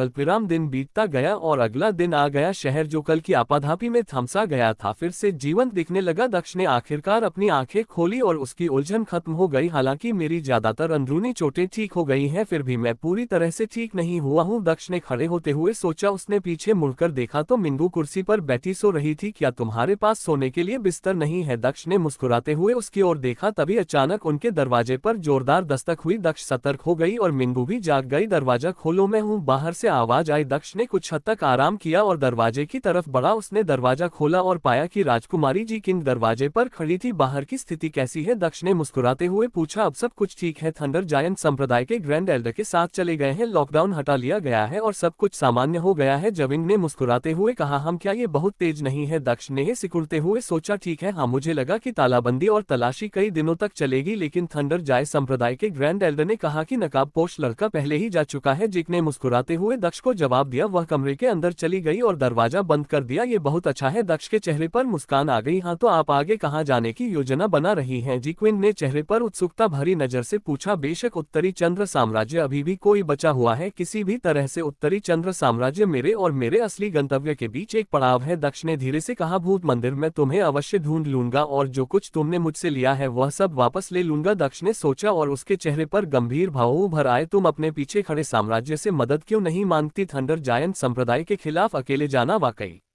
सुरक्षित नहीं है। तुम आज लगभग मर ही गई थी। जी क्विन ने चेहरे पर चिंता भरी नजर से कहा। अल्पविराम, अगर वह वास्तव में किसी साम्राज्य से होता तो हम ऐसा करते। मिंगू ने झ कविन के शब्दों को सुनते ही अपने चेहरे पर एक व्यंग्यात्मक मुस्कान के साथ सोचा, हमें इस छोटे से काम के लिए उनकी जरूरत नहीं है, मुझे किसी मदद की जरूरत नहीं पड़ेगी, दक्ष ने कहा और वह पीछे मुड़ा और कुर्सी की ओर चला गया। मुझे पता है कि मैं तुम्हारा मन नहीं बदल सकता, तो तुम कब जाओगे? जी क्विन ने पूछा। हम कल चलेंगे। क्यों, क्या तुम हमारे साथ आना चाहोगे? दक्ष ने चेहरे पर एक मनोरंजक मुस्कान के साथ पूछा। हाँ, जविन ने जल्दी से जवाब दिया। क्या तुम गंभीर हो? हम पिकनिक पर नहीं जा रहे हैं, दक्ष ने उसे कहा जब उसे एहसास हुआ कि वह गंभीर थी। मुझे पता है कि यह कोई पिकनिक नहीं है, लेकिन मैं ठीक रह इसके अलावा मैं आपके लिए खाना बना सकती हूँ और यात्रा में अन्य चीजों का ख्याल रख सकती हूँ। मैं वादा करती हूँ कि मैं आप पर बोझ नहीं बनूंगी। जी क्विन ने उसे समझाने की कोशिश करते हुए कहा। तुम क्या कहते हो? दक्ष ने मिंगू की ओर देखा और पूछा। मिंगू ने दक्ष की ओर देखा, फिर झ क्विन की ओर देखा और फिर उसने अपना सिर थोड़ा हिलाया। आप जो भी निर्णय लेंगे मैं उसका पालन करूंगी, उसने दक्ष से कहा। हम दक्ष गहरी सोच में डूब गया। वह सोचते हुए अपनी उंगली घुटनों पर टैप करता रहा। ठीक है, तुम हमारे साथ आ सकती हो, दक्ष ने आखिरकार अपना सिर हिलाकर उससे कहा। बहुत बढ़िया। जी क्विन ने मुस्कुराते हुए आगे बढ़कर दक्ष के गालों पर चुंबन लिया। मैं तैयारी पूरी कर लूंगी और जनरल याओ को बता दूंगी, उसने कमरे से बाहर जाते हुए कहा। उसने अचानक दक्ष बोलने के लिए शब्द नहीं ढूंढ पाया क्योंकि उसने मिंगू के चेहरे पर अजीब भाव देखा था। ठीक है, तुम्हें कुछ समझाने की जरूरत नहीं है, मिंगू ने कहा, लेकिन उसकी हरकतें इसके उलट लग रही थी। वह अपने बेडरूम की ओर चली गई और दरवाजा बंद कर लिया। मुझे ऐसा क्यों लग रहा है कि वह नाराज है? दक्ष ने चेहरे पर एक व्यंग्यात्मक मुस्कान के साथ सोचा। है भगवान, लोगों को समझना मुश्किल है, दक्ष ने खड़े होते हुए कहा। वह खिड़की की ओर चला गया और बाहर देखने लगा। उसकी आंखें चौंक कर खुली की खुली रह गई जब उसने देखा कि उसका लंबा परिवार उसके होटल के सामने सड़क पर चल रहा है। ऐसा लग रहा था जैसे वे खरीदारी कर रहे हो। वहां तेज प्रताप लंगजू यंगजू में थे। अल्पविराम, उसकी आंखें चौंक कर खुली की खुली रह गई जब उसने देखा कि उसका लंबा परिवार उसके होटल के सामने सड़क पर चल रहा है। ऐसा लग रहा था जैसे वे खरीदारी कर रहे हो। वहां तेज प्रताप आयशा जू में ही थे। वे एक दुकान के सामने रुके और चीजें देखने लगे। दक्ष खिड़की के पीछे स्थिर खड़ा था, जैसे उसकी आंखें उनसे हटी नहीं रही थी। उसके दादा परिवार के दो महत्वपूर्ण सदस्यों में से एक, जिनकी वह वास्तव में परवाह करता था, फिर जू और मेई थे, जिन्हें वह पहले से ही अपनी औरत मानता था। आयशा उसका पहला चुंबन, वह औरत जिसके लिए उसके मन में अभी भी कुछ भावनाएं थी, वे भावनाएं जिन्हें वह खुद नहीं समझ पाया था। मैं बहुत समय से चला गया हूँ, वे चिंतित होंगे, मुझे उनसे बात करनी चाहिए ताकि वे चिंतित ना हो। थंडर जायंट संप्रदाय के ग्रैंड एल्डर चले गए हैं और कोई नहीं जानता कि हत्यारा वास्तव में कैसा दिखता है। अब मेरे लिए बाहर जाना ठीक होगा, दक्ष ने खुद को समझाने के लिए खुद से कहा। वह पीछे मुड़ा और कमरे से बाहर निकल गया। वह जल्दी से सीढ़ियों से नीचे उतरा और होटल की दहलीज पार करके होटल के बाहर सड़क पर पैर रख दिया। उसने उस तरफ देखा जहां उसने उन्हें पहले खड़े देखा था, लेकिन वह जगह खाली थी। उसका परिवार अब वहां नहीं था। वह उस दिशा में भागा। जो लोग थोड़ी देर पहले यहाँ खड़े थे वे कहाँ चले गए? दक्ष ने दुकानदार से पूछा। जो लोग इधर उधर देख रहे थे वे उसी दिशा में चले गए और पहले मुंह पर बाएं मुड़ गए। दुकानदार ने सड़क के दूसरे छोर की ओर इशारा किया। मदद के लिए धन्यवाद। दक्ष ने उसे धन्यवाद दिया और बताई गई दिशा में भाग गया। क्या तुम ये कह रहे हो कि उसने आकाश क्षेत्र के साधक के शिष्य को उसकी आंखों के सामने मार डाला? ग्लोरियस ब्लॉसम संप्रदाय में वापस राजकुमार लब पूरी रात बेहोश रहने के बाद जाग गया था। अल्पविराम, जब उसे उन घटनाओं के बारे में बताया गया जो उसके बेहोश होने के बाद घटित हुई तो उसे विश्वास ही नहीं हुआ। जब उन्हें इसके बारे में विस्तार से बताया गया तो उन्हें रील में सिहरन सा महसूस हुई। मैंने किसी ऐसे व्यक्ति को नाराज किया जो संभवतः किसी साम्राज्य से था। जितना ज्यादा वह इस बारे में सोचता उसका सिर दर्द करने लगता, उसका का दिल तेजी से धड़क रहा था और उसे सांस लेने में भी मुश्किल हो रही थी। हाँ, भले ही वह तुम्हें जीवित छोड़ गया हो, हम निश्चित नहीं हो सकते कि वह कभी तुम्हारे पास वापस नहीं आएगा। बेहतर होगा कि तुम अगले कुछ दिनों तक मेरे साथ रहो। शानदार ब्लॉसम संप्रदाय के संप्रदाय गुरु ने पूरी गंभीरता से राजकुमार लू से कहा। उसने देखा था कि उस नकाबपोश लड़के के लिए लोगों को मारना कितना आसान था। वह अपने भतीजे को भी मरने नहीं दे सकता था। आखिरकार वह छठी कक्षा का प्रतिभाशाली छात्र था। कृपया भगवान मुझे वह विपत्ति फिर कभी ना देखने दे। राजकुमार लू ने भगवान से प्रार्थना की और अपनी कांपती हुई, यह हार अच्छे लग रहे हैं, क्या तुम में से किसी को यह चाहिए? मैं पैसे दे दूंगा। तेज प्रताप ने एक छोटी सी दुकान देखी जो गहने बेच रही थी। उसने साबुन की ओर इशारा करते हुए लड़कियों से कहा, जरूर जुमे, चलो इसे देखते हैं। मैं अब ग्लोरियस ब्लॉसम संप्रदाय की बाहरी संप्रदाय की शिष्य हूँ, यह मेरा उपहार है। आयशा ने अपने चेहरे पर उत्साह भरे भाव के साथ कहा और जू और मेई का हाथ पकड़ लिया। वह उन्हें दुकान में ले गई। तेज प्रताप प्रताप ने मुस्कुराते हुए उनका पीछा किया। तीनों ने दुकान में काफी देर तक इधर उधर देखा, फिर अंततः अपने लिए एक हार का चयन किया। यह मुझ पर ऐसा लग रहा है। आयशा ने अपना चुना हुआ हार जू और मेई को दिखाया और उनकी राय पूछी। यह काफी अच्छा लग रहा है, जवाब आया, लेकिन यह ना तो जू की आवाज थी और ना ही मेई की आवाज थी। वे चारों उस दिशा में वापस मुड़े जिधर से वह आवाज आई थी और उनका मुंह खुला रह गया। छोटे, हमने आखिरकार तुम्हें ढूंढ लिया, तेजा प्रताप ने कहा और उसके चेहरे पर मुस्कान खिल गई। दक्ष उसके सामने खड़ा था। जू और मेई की आंखें पहले से ही नम होने लगी थी क्योंकि वे उस चेहरे को देख रहे थे जिसे वे इतने लंबे समय से देखना चाहते थे। उन्हें ऐसा लग रहा था जैसे वे सालों से दक्ष से नहीं मिले थे। वह एक कदम आगे बढ़ा और अपने हाथ दक्ष के कंधों पर रख दिए। मैं तुम्हें फिर से भागने नहीं दूंगा। क्या तुमने मेरी बात सुनी? क्या तुम्हें पता है कि मैं और तुम्हारी माँ कितने चिंतित थे? तेजा प्रताप ने दक्ष को डांटते हुए कहा। मुझे पता है दादाजी, लेकिन दक्ष ने उससे कहा। नहीं, लेकिन तुम्हें समझाने की जरूरत नहीं है, ये पहले से ही काफी अच्छा है कि हमने तुम्हें पा लिया। तेज प्रताप ने उसे बीच में ही रोकते हुए कहा। ओह ठीक है, आप यहाँ संप्रदाय प्रवेश परीक्षा में भाग लेने आए थे है ना, फिर आप वहाँ क्यों नहीं थे? तेजा प्रताप ने लन से पूछा। दक्ष को यहाँ देखकर उसे विश्वास हो गया कि वह परीक्षा देने के लिए यहाँ आया है। उसे आश्चर्य हुआ कि उसने परीक्षा में दक्ष को क्यों नहीं देखा। मैं खैर, मैं अभी अभी यहाँ आया हूँ, जाहिर है मुझे देर हो गई थी। दक्ष ने चेहरे पर एक व्यंग्यात्मक मुस्कान के साथ कहा। ओह ये ठीक है, आप अभी भी युवा हैं, आप 4 साल बाद भी परीक्षा में भाग ले सकते हैं। वैसे भी आपको ये जानकर खुशी होगी कि हमारी छोटी जू यंग संप्रदाय प्रवेश परीक्षा के शीर्ष 100 में प्रवेश करने में सफल रही है। वो ग्लोरियस ब्लॉसम संप्रदाय की बाहरी संप्रदाय की शिष्य है। तेजा प्रताप ने अपने चेहरे पर एक उज्जवल मुस्कान के साथ कहा। वह सच में शानदार ब्लॉसम सेक्ट, ये कमाल है। दक्ष ने अपने चेहरे पर हैरानी भरी नजर से कहा। हालांकि उसे पहले से ही इसके बारे में पता था क्योंकि वह उस समय पहले से ही वहां मौजूद था, फिर भी उसने हैरान होने का नाटक किया। बधाई हो मिस यंग, दक्ष ने अपने चेहरे पर एक उज्जवल मुस्कान के साथ कहा और आयशा की ओर देखा। ठीक है, धन्यवाद। 1 मिनट तक उसे शून्य दृष्टि से देखने के बाद उसने जवाब दिया। जू मेई। दक्ष ने अपनी नजर एक तरफ घुमाए और जू और मेई को देखा। अल्पविराम। ठीक है, धन्यवाद। 1 मिनट तक उसे शून्य दृष्टि से देखने के बाद उसने जवाब दिया। जू मेई। दक्ष ने अपनी नजर एक तरफ घुमाए और जू और मेई को देखा। युवा मास्टर दोनों ने अपना सिर हिलाया और अंततः उनकी आंखों में आंसू आ गए। मुझे खेद है कि मैं जल्दी वापस नहीं आ सका, दक्ष ने अपना सिर हिलाते हुए कहा। ये ठीक है युवा मास्टर, हम समझते हैं, कम से कम अब आप हमारे साथ वापस आएंगे, जू ने कहा और उसने अपनी आंखें रंगनी जो आंसुओं से ली थी। मैं दक्ष वहीं चुपचाप खड़ा रहा क्योंकि उसे बोलने में कठिनाई हो रही थी। उसे समझ नहीं आ रहा था कि वह जो कहना चाहता था वह कैसे कहे। मैं वापस नहीं आ सकता, उसने अपनी मुट्ठी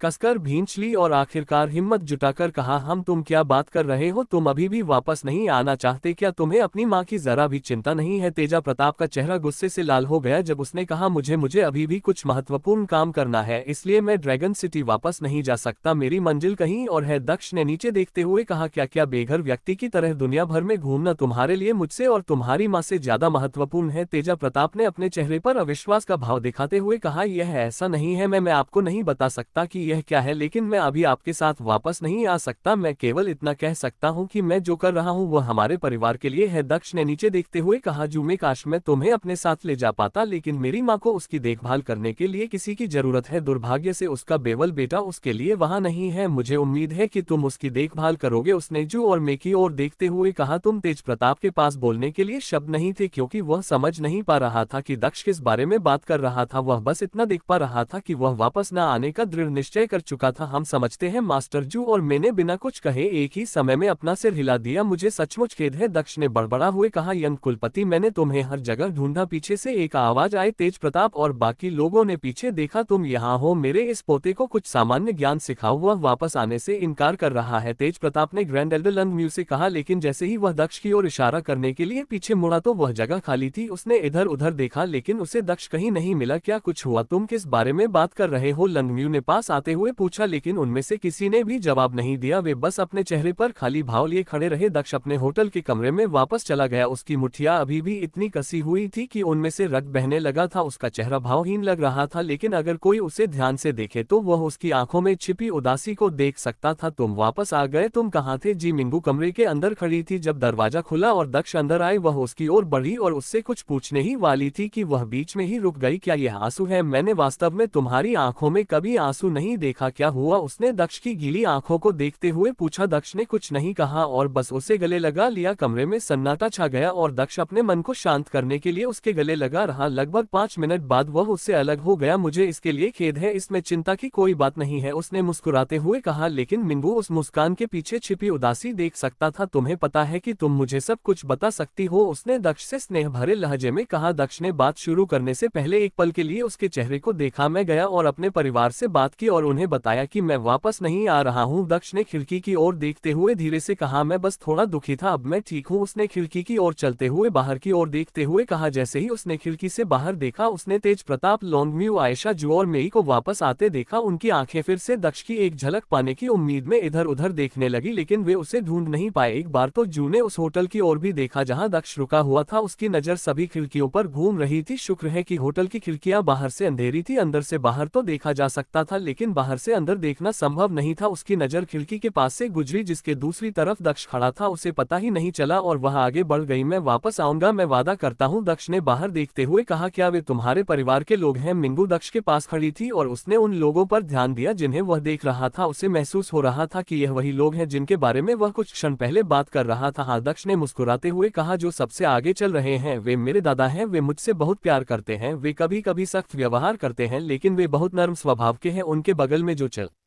रहे हैं वे हमारे कबीले के सबसे बड़े बुजुर्ग हैं, लंगम्यू, वे बहुत अच्छे इंसान हैं, दक्ष ने मिंगू को समझाया। और लड़कियां? मिंगू ने मुस्कुराते हुए पूछा। पीले रंग की पोशाक वाली महिला ग्रैंड एल्डर की बेटी है, उसका नाम आयशा है, आपने उसे संप्रदाय प्रवेश परीक्षा में देखा होगा। उसके पीछे चलने वाली लड़की जू है और आखिरी लड़की मेई है, वे दोनों मेरी महिलाएं हैं, दक्ष ने हंसते हुए कहा। वह उन्हें मिंगू से छिपाना नहीं चाहता था। हाँ हाँ हाँ हाँ बिल्कुल, मुझे तुम पर विश्वास है। मिंगू ने दक्ष के आखिरी शब्द सुनकर हंसी, लेकिन दक्ष ने उसकी प्रतिक्रिया से स्पष्ट रूप से समझ लिया कि वह स्पष्ट रूप से उस पर विश्वास नहीं करती। उसने भी समझाने की जहमत नहीं उठाई। हाँ बिल्कुल, मुझे तुम पर विश्वास है। मिंगू ने दक्ष के आखिरी शब्द सुनकर हंसी, लेकिन दक्ष ने उसकी प्रतिक्रिया से स्पष्ट रूप से समझ लिया कि वह स्पष्ट रूप से उस पर विश्वास नहीं करती। उसने भी समझाने की जहमत नहीं उठाई। जल्द ही लन कबीले दक्ष की नजरों से ओझल हो गए। वह पीछे मुड़ा और कुर्सी के पास जाकर बैठ गया। मैं उसके बगल वाली कुर्सी पर बैठ गया। क्या मैं तुमसे कुछ पूछ सकती हूँ? ये कोई महत्वपूर्ण सवाल नहीं है, बस एक सामान्य सा सवाल है। मिंगू ने कुछ देर बाद दक्ष के चेहरे की ओर देखते हुए कहा, जरूर, जब तक तुम मुझसे यह नहीं पूछोगे कि मेरी तलवार कितनी लंबी है, मैं कुछ भी जवाब दे सकता हूँ, दक्ष ने मजाक करते हुए हंसते हुए कहा। वह जानता था कि मिंगी उसे नहीं समझेगी। मैं तुम्हारी तलवार का आकार क्यों पूछूंगी, मैंने तुम्हारी तलवार पहले ही देख ली है, मिंगू ने अपने चेहरे पर उलझन भरी नजर के साथ कहा। लेकिन दक्ष ने कोई जवाब नहीं दिया। इसकी चिंता मत करो, तो तुम्हारा सवाल क्या था, दक्ष ने उसकी ओर देखते हुए पूछा। अच्छा, मैं जो सवाल पूछना चाहता हूँ वह ये है, तुम किस तरह की औरत चाहते हो? मेरा मतलब है कि तुम उसे अपनी पत्नी बनाने के बारे में सोचना चाहते हो? मिंगू ने उससे सवाल पूछा, लेकिन इस बार उसने उसकी तरफ नहीं देखा। उसकी आंखें नीचे की ओर देख रही थी। हम, मुझे जो लड़की चाहिए, अच्छा वह सुंदर होनी चाहिए, बिल्कुल तुम्हारी तरह उसे दयालु होना चाहिए, बिल्कुल तुम्हारी तरह उसे कभी कभी शर्मीली भी होना चाहिए, बिल्कुल तुम्हारी तरह उसे मजबूत होना चाहिए, बिल्कुल तुम्हारी तरह। संक्षेप में, जिस लड़की को मैं चाहता हूँ वह बिल्कुल तुम्हारी तरह होनी चाहिए। दक्ष ने मिंगया के चेहरे की ओर देखा और उसे जवाब दिया। उसने यह नहीं सोचा कि वह क्या कह रहा है, शब्द स्वाभाविक रूप से उसके मुंह से निकलते रहे। हम, फिर तुम सीधे क्यों नहीं कह देती कि तुम मुझे चाहती हो? मिंगू ने उसकी बातों को मजाक के रूप में लेते हुए हंस दिया। मैं तुम्हें चाहता हूँ, दक्ष ने बिना इंतजार किए कहा और उसकी आंखों में गहराई से देखा। चाह तुम्हें मुझे तंग करना बंद कर देना चाहिए। वह उठकर अपने कमरे की ओर चली गई और दरवाजा बंद कर लिया। हाँ, वह मेरी हर सच्चाई को मजाक में ले लेती है, कैसी लड़की है, दक्ष ने अपने आप से कहा और चेहरे पर एक व्यंग मुस्कान के साथ अपना सिर हिलाया। वह उठकर एक कोने में चला गया और फिर बैठ गया। उसने साधना शुरू कर दी। वह पृथ्वी क्षेत्र के प्रथम चरण तक पहुंचने से बस एक छोटा सा कदम दूर था। पृथ्वी क्षेत्र में प्रवेश करने के लिए साधक को दो आवश्यकताओं को पूरा करना पड़ता है। सबसे पहले स्वर्ण कोर क्षेत्र के शिखर तक पहुंचना। दूसरी आवश्यकता यह है कि साधक को अपने मार्शल स्पेस के अंदर एक छोटा विश्व बीज बनाने में सक्षम होना चाहिए। यद्यपि इस छोटे से विश्व बीज से पृथ्वी लोक या आकाश लोक में साधक को कोई लाभ नहीं होता था, परंतु इसका वास्तविक उपयोग तब होता था जब व्यक्ति स्वर्ग लोक में प्रवेश करता था। जब कोई व्यक्ति स्वर्ग क्षेत्र में प्रवेश करने वाला होता है तो उसे अपने विश्व बीज को बदलने और अपने मार्शल स्पेस के अंदर एक छोटी सी दुनिया बनाने में सक्षम होना चाहिए। इस प्रकार निर्मित छोटा सा विश्व साधक का अपना विश्व होगा और वह इस विश्व का देवता होगा। उनका गोल्डन कोर उनके मार्शल स्पेस को छोड़कर उनकी छोटी सी दुनिया में प्रवेश करेगा और उसके सूर्य के रूप में कार्य करेगा। विश्व का आकार साधक की वंश परंपरा, उसकी प्रतिभा और उसके द्वारा अभ्यास किए गए साधना कौशल पर निर्भर करेगा, लेकिन बहुत कम लोग उस स्तर तक पहुंच पाए। वास्तव में पूरे उत्तरी चंद्र साम्राज्य में कोई भी स्वर्ग क्षेत्र साधक नहीं था। हालांकि विश्व बीज का उपयोग तब किया जाता था जब कोई साधक स्वर्गीय क्षेत्र में प्रवेश करता था। फिर भी पृथ्वी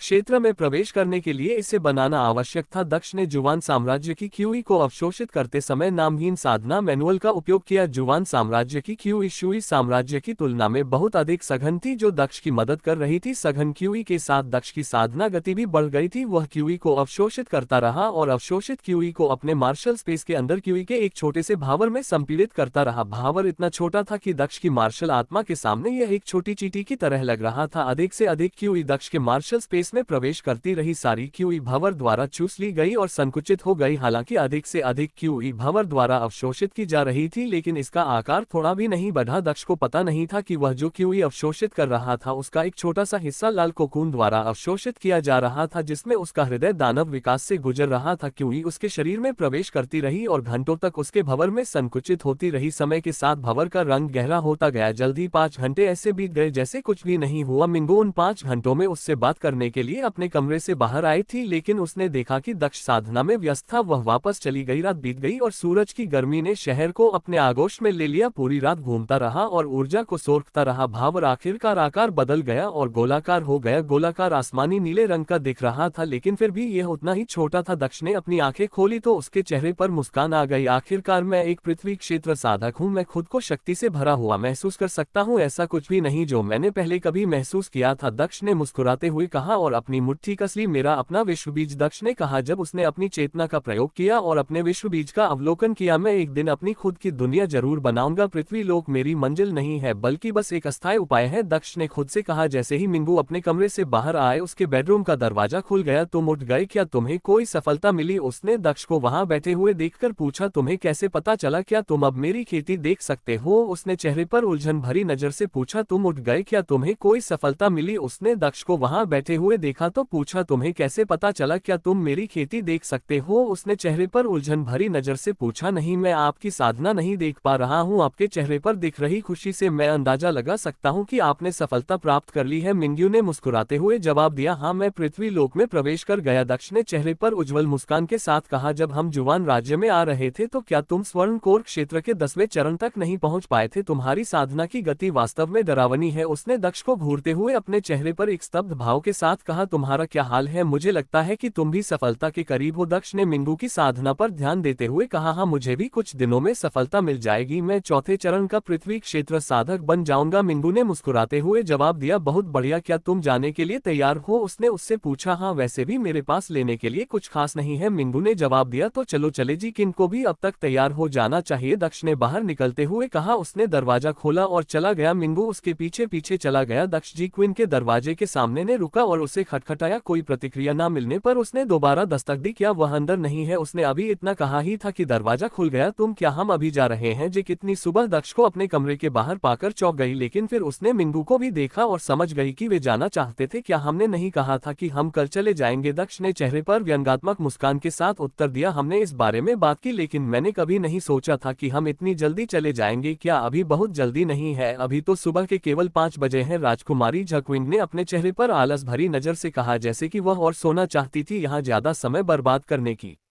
जरूरत नहीं है, यहाँ से चले जाना ही बेहतर है। तो क्या तुम जाना चाहती हो या नहीं? दक्ष ने जीकी को देखते हुए पूछा। बेशक, मैं तुम्हारे साथ जाना चाहती हूँ। देखा, मेरा बैग पहले से ही पैक है, उसने मुस्कुराते हुए कहा और एक कोने में रखे बैग की ओर इशारा किया। इतने सारे बैग तुम इसे कैसे ले जाओगे? क्या तुम्हारे पास स्टोरेज रिंग नहीं है? दक्ष के चेहरे पर हैरानी भरी नजर आई, क्योंकि उसने 3 बड़े बैग देखे। दुर्भाग्यवश मेरे पास स्टोरेज रिंग नहीं है, उसने चेहरे पर व्यंग्यात्मक मुस्कान के साथ कहा। ठीक है, मैं तुम्हारे बैग अपने स्टोरेज रिंग में रख दूंगी। मिंग्यू ने बीच में हंसकर हस्तक्षेप करते हुए कहा, ओह शुक्रिया। जक्विन ने मुस्कुराते हुए उससे धन्यवाद दिया। मिंगू आगे बढ़ी और बैग को अपने स्टोरेज रिंग में रख दिया। हम कैसे जाएंगे? क्या हमें मेरी गाड़ी लेनी चाहिए? हम तीनों आराम से जा सकते हैं। आखिरकार यात्रा काफी लंबी होगी, जिकिन ने कमरे से बाहर निकलते हुए कहा और कम का दरवाजा बंद कर दिया। ठीक है, चूंकि हमारे पास कोई उड़ने वाला जानवर नहीं है, इसलिए यही सबसे अच्छा विकल्प लगता है। दक्ष ने अपने चेहरे पर एक विचारशील भाव के साथ कहा, अच्छा, सब कुछ पहले से ही तैयार है। मैंने जनरल याव अपनी भतीजी और भतीजे को सूचित कर दिया है। गाड़ी भी तैयार हो गई है और रवाना होने के लिए तैयार है। हम किसी भी समय निकल सकते हैं। जक्विन ने दक्ष को सूचित की, यह अच्छा है, चलो फिर चलते हैं। दक्ष ने प्रशंसा में अपना सिर हिलाया और वापस मुड़ा और सीढ़ियों की ओर चल पड़ा। मिंगू और जकिन उसके पीछे चल रहे थे। वे होटल से बाहर निकले और जैसा कि जिकिन ने कहा था, वहां एक गाड़ी स्टैंड बाय पर खड़ी थी। गाड़ी का ड्राइवर पहले से ही अपनी सीट पर बैठा था, हालांकि ऐसा लग रहा था कि वह सो रहा था। उठो, हम जाने के लिए तैयार हैं, मिंगू ने आगे बढ़कर ड्राइवर से कहा। ड्राइवर तुरंत उठ खड़ा हुआ। ऐसा लग रहा था कि वह अभी भी गहरी नींद में नहीं था। मुझे खेद है मालकिन। गाड़ी चालक ने झुककर राजकुमारी जक्विन से माफी मांगी। सब ठीक है, जाने के लिए तैयार हो जाओ। कविन ने वापस जाते हुए उससे कहा, चलो अंदर चलते हैं। उसने मुस्कुराते हुए दक्ष और मिंगू से कहा। जक्विन ने गाड़ी में सबसे पहले प्रवेश की। लंगचेन दूसरे स्थान पर था और मिंगू अंतिम व्यक्ति था। तुमने ड्राइवर को हमारा गंतव्य पहले ही बता दिया है ना? दक्ष ने चेहरे पर एक विचारशील भाव के साथ उससे पूछा। हाँ, मैंने उसे एक ठीक से चिन्हित नक्शा भी दिया था। मैंने हमारी यात्रा के लिए सबसे छोटा रास्ता चुना। कविन ने मुस्कुराते हुए जवाब दिया। हम निश्चिंत हो सकते हैं, रन काफी अनुभवी है, वह हमें ठीक वैसे ही ले जाएगा जैसा मैंने नक्शे पर बताया था, उसने पूरे आत्मविश्वास के साथ कहा। यह अच्छी बात है, दक्ष ने कहा और अपनी आंखें बंद कर ली और आराम करने लगा। जुवान साम्राज्य की सड़कों से गुजरते हुए उनकी यात्रा सुचारू रूप से जारी रही। एक समय पर उनकी गाड़ी लन कबीले की गाड़ियों के पास से गुजरी, लेकिन दुर्भाग्य से जिकिन की गाड़ी के पर्दे बंद थे। उनकी गाड़ियां एक दूसरे के बारे में कुछ भी जाने बिना ही गुजर गई, जबकि लन कबीले की गाड़ी दक्षिण की ओर शुई साम्राज्य की ओर चली गई। जिक्विन की गाड़ी उत्तर की ओर उत्तरी चंद्र साम्राज्य की ओर चली गई। कुछ ही घंटों में जिक्विन की गाड़ी जुवान साम्राज्य की राजधानी शहर से निकलकर उत्तर की ओर बढ़ गई। जब दक्ष अपनी आंखें बंद करके गाड़ी पर आराम कर रहा था तो एक हाथ उसकी दाहिनी जांघ पर टिका हुआ था। उसने चौंककर अपनी आंखें खोली और हाथ की ओर देखा और पाया कि यह जिकी का हाथ था। उसने बाएं ओर देखा तो पाया कि मिंगू सो गया है। दक्ष को पता नहीं था, लेकिन मिंगू पूरी रात साधना करती रही है। वह दक्ष के साधना के प्रति समर्पण से प्रेरित थी। पिछली बार जब हम गाड़ी में थे तो हमें कुछ चीजें बीच में ही छोड़नी पड़ी थी, क्यों ना हम इसे अभी पूरा कर ले? जिक्विन ने मोहक स्वर में दक्ष के कानों में फुसफुसाना। तुम पागल हो, यह ना तो सही जगह है और ही सही समय है, दक्ष ने उसे परेशान स्वर में जवाब दिया। पिछली बार जब हम इस गाड़ी में थे तो हमें कुछ चीजें बीच में ही छोड़नी पड़ी थी, क्यों ना हम इसे अभी पूरा कर ले? जविंग ने दक्ष के कानों में मोहक ढंग से फुसफुस किया। तुम पागल हो, यह ना तो सही जगह है नहीं सही समय है, दक्ष ने उसे जवाब दिया, जबकि उसने अपनी आवाज को धीमा रखने की कोशिश की। तो फिर चलो इसे जगह बनाते हैं। क्वीन ने हंसते हुए अपना हाथ तब तक आगे बढ़ाया जब तक कि वे दक्ष के पवित्र क्षेत्र पर